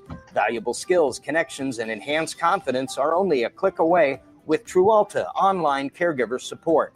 Visit agingpartners.truealta.com to get started. That's agingpartners.trualta.com. Reduce stress and connect with other caregivers. Agingpartners.trualta.com. Yeah. Learning health and recovery. I think we could play a couple of Hoiberg bites. Their lives, especially for developing kids. More than 8,000 Lincoln children sleep poorly on floors, couches, and worse every night. The nonprofit Sleep in Heavenly Peace works with community organizations, businesses, and volunteers to build beds for kids, donate mattresses, and supply other bedding. They need your help. Get information at shpbeds.org/chapter/NE-Lincoln. Also, Facebook under Sleep in Heavenly Peace. Are you having trouble hearing? Hearing loss can devastate the quality of your life. Now, there's an affordable fix for you or your loved one. Rated in the best hearing aids of 2024 by USA Today, Audion Hearing has the highest quality hearing aids at the lowest prices, just $189. I actually like them better than my old $5,000 hearing aids. I could not believe how my hearing and life changed. Join over 500,000 happy customers by going to audionhearing.com. That's AUDIEN hearing.com. May 15, 9 a.m. Two women quietly waiting at the doctor's office. Woman 1 says, "Cold day, huh?" Woman 2, "What's that?" Woman 1, "Kinda cold today." Woman 2, "Yeah, wasn't expecting that." Woman 1, "What is it, 47 degrees?" Woman 2, "No, more like 45. Woman 1, yeah, makes sense. At least it's not raining." Woman 2, "That would be sad." Woman 1, "So sad." Woman 2, "The weather." Woman 1, "Crazy." 34-6. Fire Mike. Please don't waste your small talk. Donate it to foster care, because just talking about the 400,000 kids in foster care can help the 400,000 kids in foster care. Learn more at donateyoursmalltalk.org.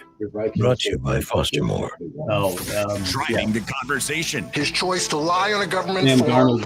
bought a gun, Sam the Darnold. choice to then possess that gun that made his conduct dangerous. Questioning the facts. Are they looking after a guy who may be pronounced safe while the people that he purports to represent continue to suffer in a crossfire of his own making? And keeping you looped into the latest. Somebody like scream like there's a shooting, there's a shooter, like run. Justin Jefferson probably wants to kill him. KLIN, the voice of Lincoln. He's the best receiver in football, but he can't get him the ball. Yeah, it's the most complete weekly recap of Husker sports. Snap is down. The kick is up. The kick is on its way, and the kick is. Do we have to do the read still or not? What, for Friedman? Yeah. 57 yards out Is of the that school necessary record anymore? to put the Huskers in front 33-31. How long is it for, too? I don't even know. Stevens on 1499.3 KLIN. So you just want to jump into it, or Hoiberg bite first? Huh? Hoiberg bite first, or should I jump into it?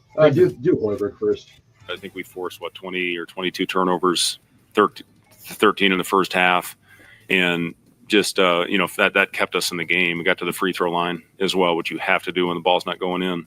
And I thought our overall activity, and then when they made their run, we lost guys. We started gambling. We got on top of them. They got behind us, and that can't happen. It was some of our older guys that happened to. So, again, it's always better to learn from a win. Found a way. I told them this in the locker room. We had one of our hardest practices of the year on Thursday, and I don't know, maybe it was their legs. I didn't see the same look in their eyes. We got a great group of kids. There's not one guy in there that's selfish. We don't have guys in there that have agendas. We got a great group of guys, and they looked a little fatigued going into that one. I just saw it, and we got to bounce back. We got to get fresh. We got to recover. I just thought we needed to get tougher, and that's why we went at them hard. I thought we needed to get in shape, and maybe this will benefit us in the long run. I think it will. I always love the just candor coming from Fred. Whether it's a 35-point loss to Creighton where you're down.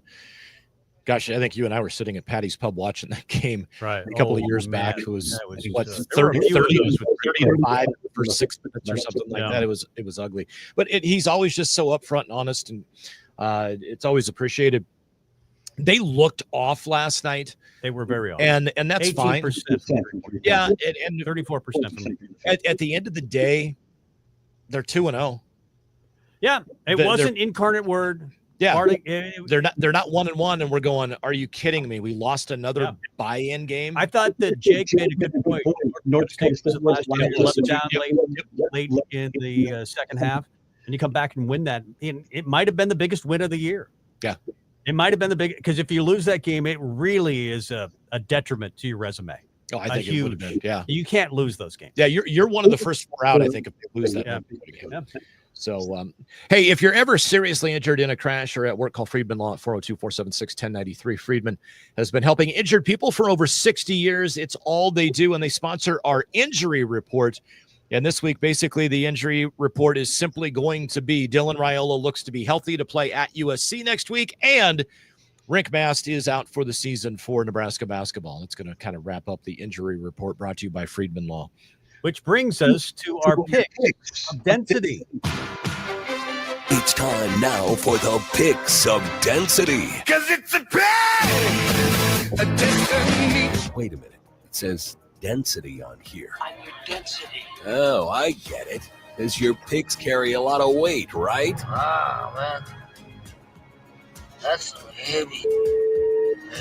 All right, let's roll with it. The picks of density. I still love that intro. I love it. All righty, let's go. Game 1 of 7. Detroit Lions and Houston Texans. Lions are favored by 3.5. That is your Sunday night football game tonight. I don't like the Lions. I don't like anybody in the North, because that's what you're required to do when you're a Viking fan. But they're really good. They're 7-1. Dan Campbell, I do like him. I think Dan Campbell's a great football coach, and I think they cover the 3.5. You do, really? Okay. I do. I actually thought that was a guaranteed pick for the Texans for you because you hate the Lions because they're in the North. I would have. I can't. I really like Dan Campbell. Yeah. Already, Dolphins at Rams. Monday Night Football. Rams favored by 2.5. By the way, I took the Lions as well. I'm going to pick the Rams for John Bishop's sake. He'll be home yelling at the TV tonight. That'll be great. I wish we had some videotape of it. I wish we had some audio tape of it. I hope the Rams win for John Bishop. I picked the Rams for the sole purpose of the Dolphins suck. So they're not good. UCLA, fresh off of 3 straight wins at Washington. The Huskies are favored by 3.5 playing at home. Did you see what they did to Iowa on the ground? I did. They dominated Iowa on the ground. They hadn't run for more than like 60 yards, and they're averaging 60 yards a game. Well, yeah. Nebraska shut them then down. they ran for 130 for 50 yards or whatever against Nebraska. Yeah, they did. They found something. Deshaun Foster, 3 in a row. I think they're going to make it 4 in a row. I despite the points, I'd pick them. So you're taking them on the money line. I actually took Washington with this, and I'll give the points. It feels a little smoke and mirrors-ish, and some teams that really overestimated how bad they thought UCLA was going to be. So I think the run ends for Deshaun Foster here. I think Washington rolls and wins by a touchdown. Next up, number 23, Clemson at number 18, Pitt. This one is really interesting because the point spread, and I double-checked it 2 other places, Clemson is actually favored by 10 on the road against a higher-ranked team. That's how much credo the Pittsburgh Panthers have in the world today. They were undefeated, and now they're not. Yeah. Pat Narduzzi, you see what he did with his NIL at Pitt? I did not. He's basing it on performance. Really? We'll put all the money in the pot, and then at the end of the season, we'll decide how you performed and then pay you accordingly. I kind of like that idea.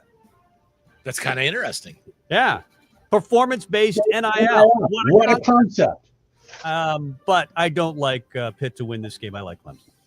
And I like Pitt. I don't know that they... What's the point spread again? 10. Yeah, I like Clemson. Okay, I'll take Pitt and the points. I don't know that they win the game, but I definitely think they keep it within 10. Number 6, Tennessee at number 11, Georgia. UGA with the big loss last weekend, and Georgia still favored by 8.5, even though Tennessee's higher ranked. Yeah, I mean, Georgia didn't just lose. Ole Miss dominated them, 28-10. I mean, I didn't see that coming. Lane Kiffin might be, outside of Kurt Signetti, one of your coaches of the year candidates. I think Tennessee, you're right, will cover that. It's a lot of points, 8.5. And Georgia's losing confidence right now. I that's where I was. I thought Georgia at home, should probably win this game. I don't think they cover, and I'm not even sure they win. LSU at Florida. LSU favored by 5. Isn't it nice to see Mr. Kelly that disappointed after? I don't like Alabama, but they destroyed LSU, and I don't like Kelly at all. I don't know why, but I do think they'll beat Florida, and they'll beat Florida handily. Florida's not very good. That's kind of where I was. I would. Billy Napier's on the hot seat already. Yeah. Has he been there? Is this second year? Second year. Yeah. Yeah. Brian Kelly. I'm not a fan of Brian Kelly in any way, shape, or form, but I think LSU covers the 5 easy. Yeah, I think you're probably. And then the game that the entire country is going to be on pins and needles about to see if Nebraska runs the air raid. Nebraska at USC. The Trojans are favored by 9. I think they win the game. They're starting a new quarterback, but I like Nebraska to cover the 9. I like UCLA to win by probably 3 scores. UCLA or USC? USC. I mean, if UCLA beats Nebraska again, that's that would be terrible. They don't really play Nebraska this week. Sorry. USC, I think they cover the 9 points and win by probably a minimum of 17. Before we head out, final thoughts on Nebraska basketball. I think you mentioned it. I mean, you lost this game last year. You've lost games like this in the past where you thought, how can you lose to Gardner-Webb, Incarnate Word, Stetson, whatever it was? Almost lost to North Dakota State last year. You win the game, and I think better days are ahead. You played 10 players. I think Fred Hoiberg will figure this out.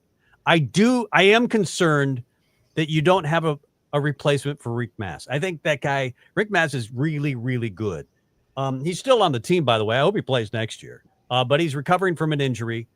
And hopefully he's just a really good coach right now. I think they need to figure out the pieces. This is going to be a big week for Nebraska. They should beat Farley Dickinson rather easily. Then you got St. Mary's. That's going to be difficult. And then you got Creighton. So they should win. If they win 2 out of the next 3, I'll be overjoyed. Yeah, and the experimenting, I mean, we're 2 games in, experimenting with a lineup and a rotation of 10 guys. I'm fine with that. I think that Gavin Griffiths is lacking a little confidence right now. He had the big exhibition game where he hits 4 threes. He hasn't hit a 3 since. He looks like he's kind of fighting it a little bit. He had a really beautiful dish off of a ball fake that the guy kind of recovered well, so he drove in and passed it off, and it resulted in a bucket. So he's making plays other than from behind the arc. But I still think he's a guy that can go off and hit 6 threes in a game with ease and change a game. Connor Essegian came in last night, didn't hit his 3-pointers, even though they were wide open looks. But he makes the 4 free throws late in the game when the pressure's on. He makes some simple plays afterwards to get a couple of layups as well. I like the makeup. I think the rotation gets down to 8. It's just a matter of which 8. And I think that rotation of 8 changes on a nightly basis based on who's hot and what they need at the time. By the way, they call him Fair Dickinson now instead of Fairleigh Dickinson. They got smoked tonight by Creighton, 96-70. They are 1-2 on the season.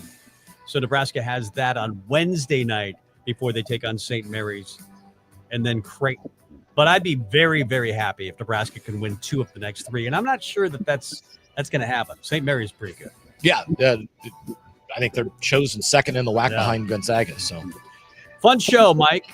Big thanks to Tanya Taki and Jim Rose. Jake Muehlhausen. Jake Muehlhausen was on with us in hour number 1. We will talk to you next week. For Mike Melby, Tom Stevens. See you. Be part of something special this holiday season. Nominate a friend, neighbor, or family member in need of some extra cheer to receive a magic moment. Union Bank and Trust is crafting joyful holiday experiences just for them. Leading up to the Christmas holiday, 10 wishes will be granted to deserving community members.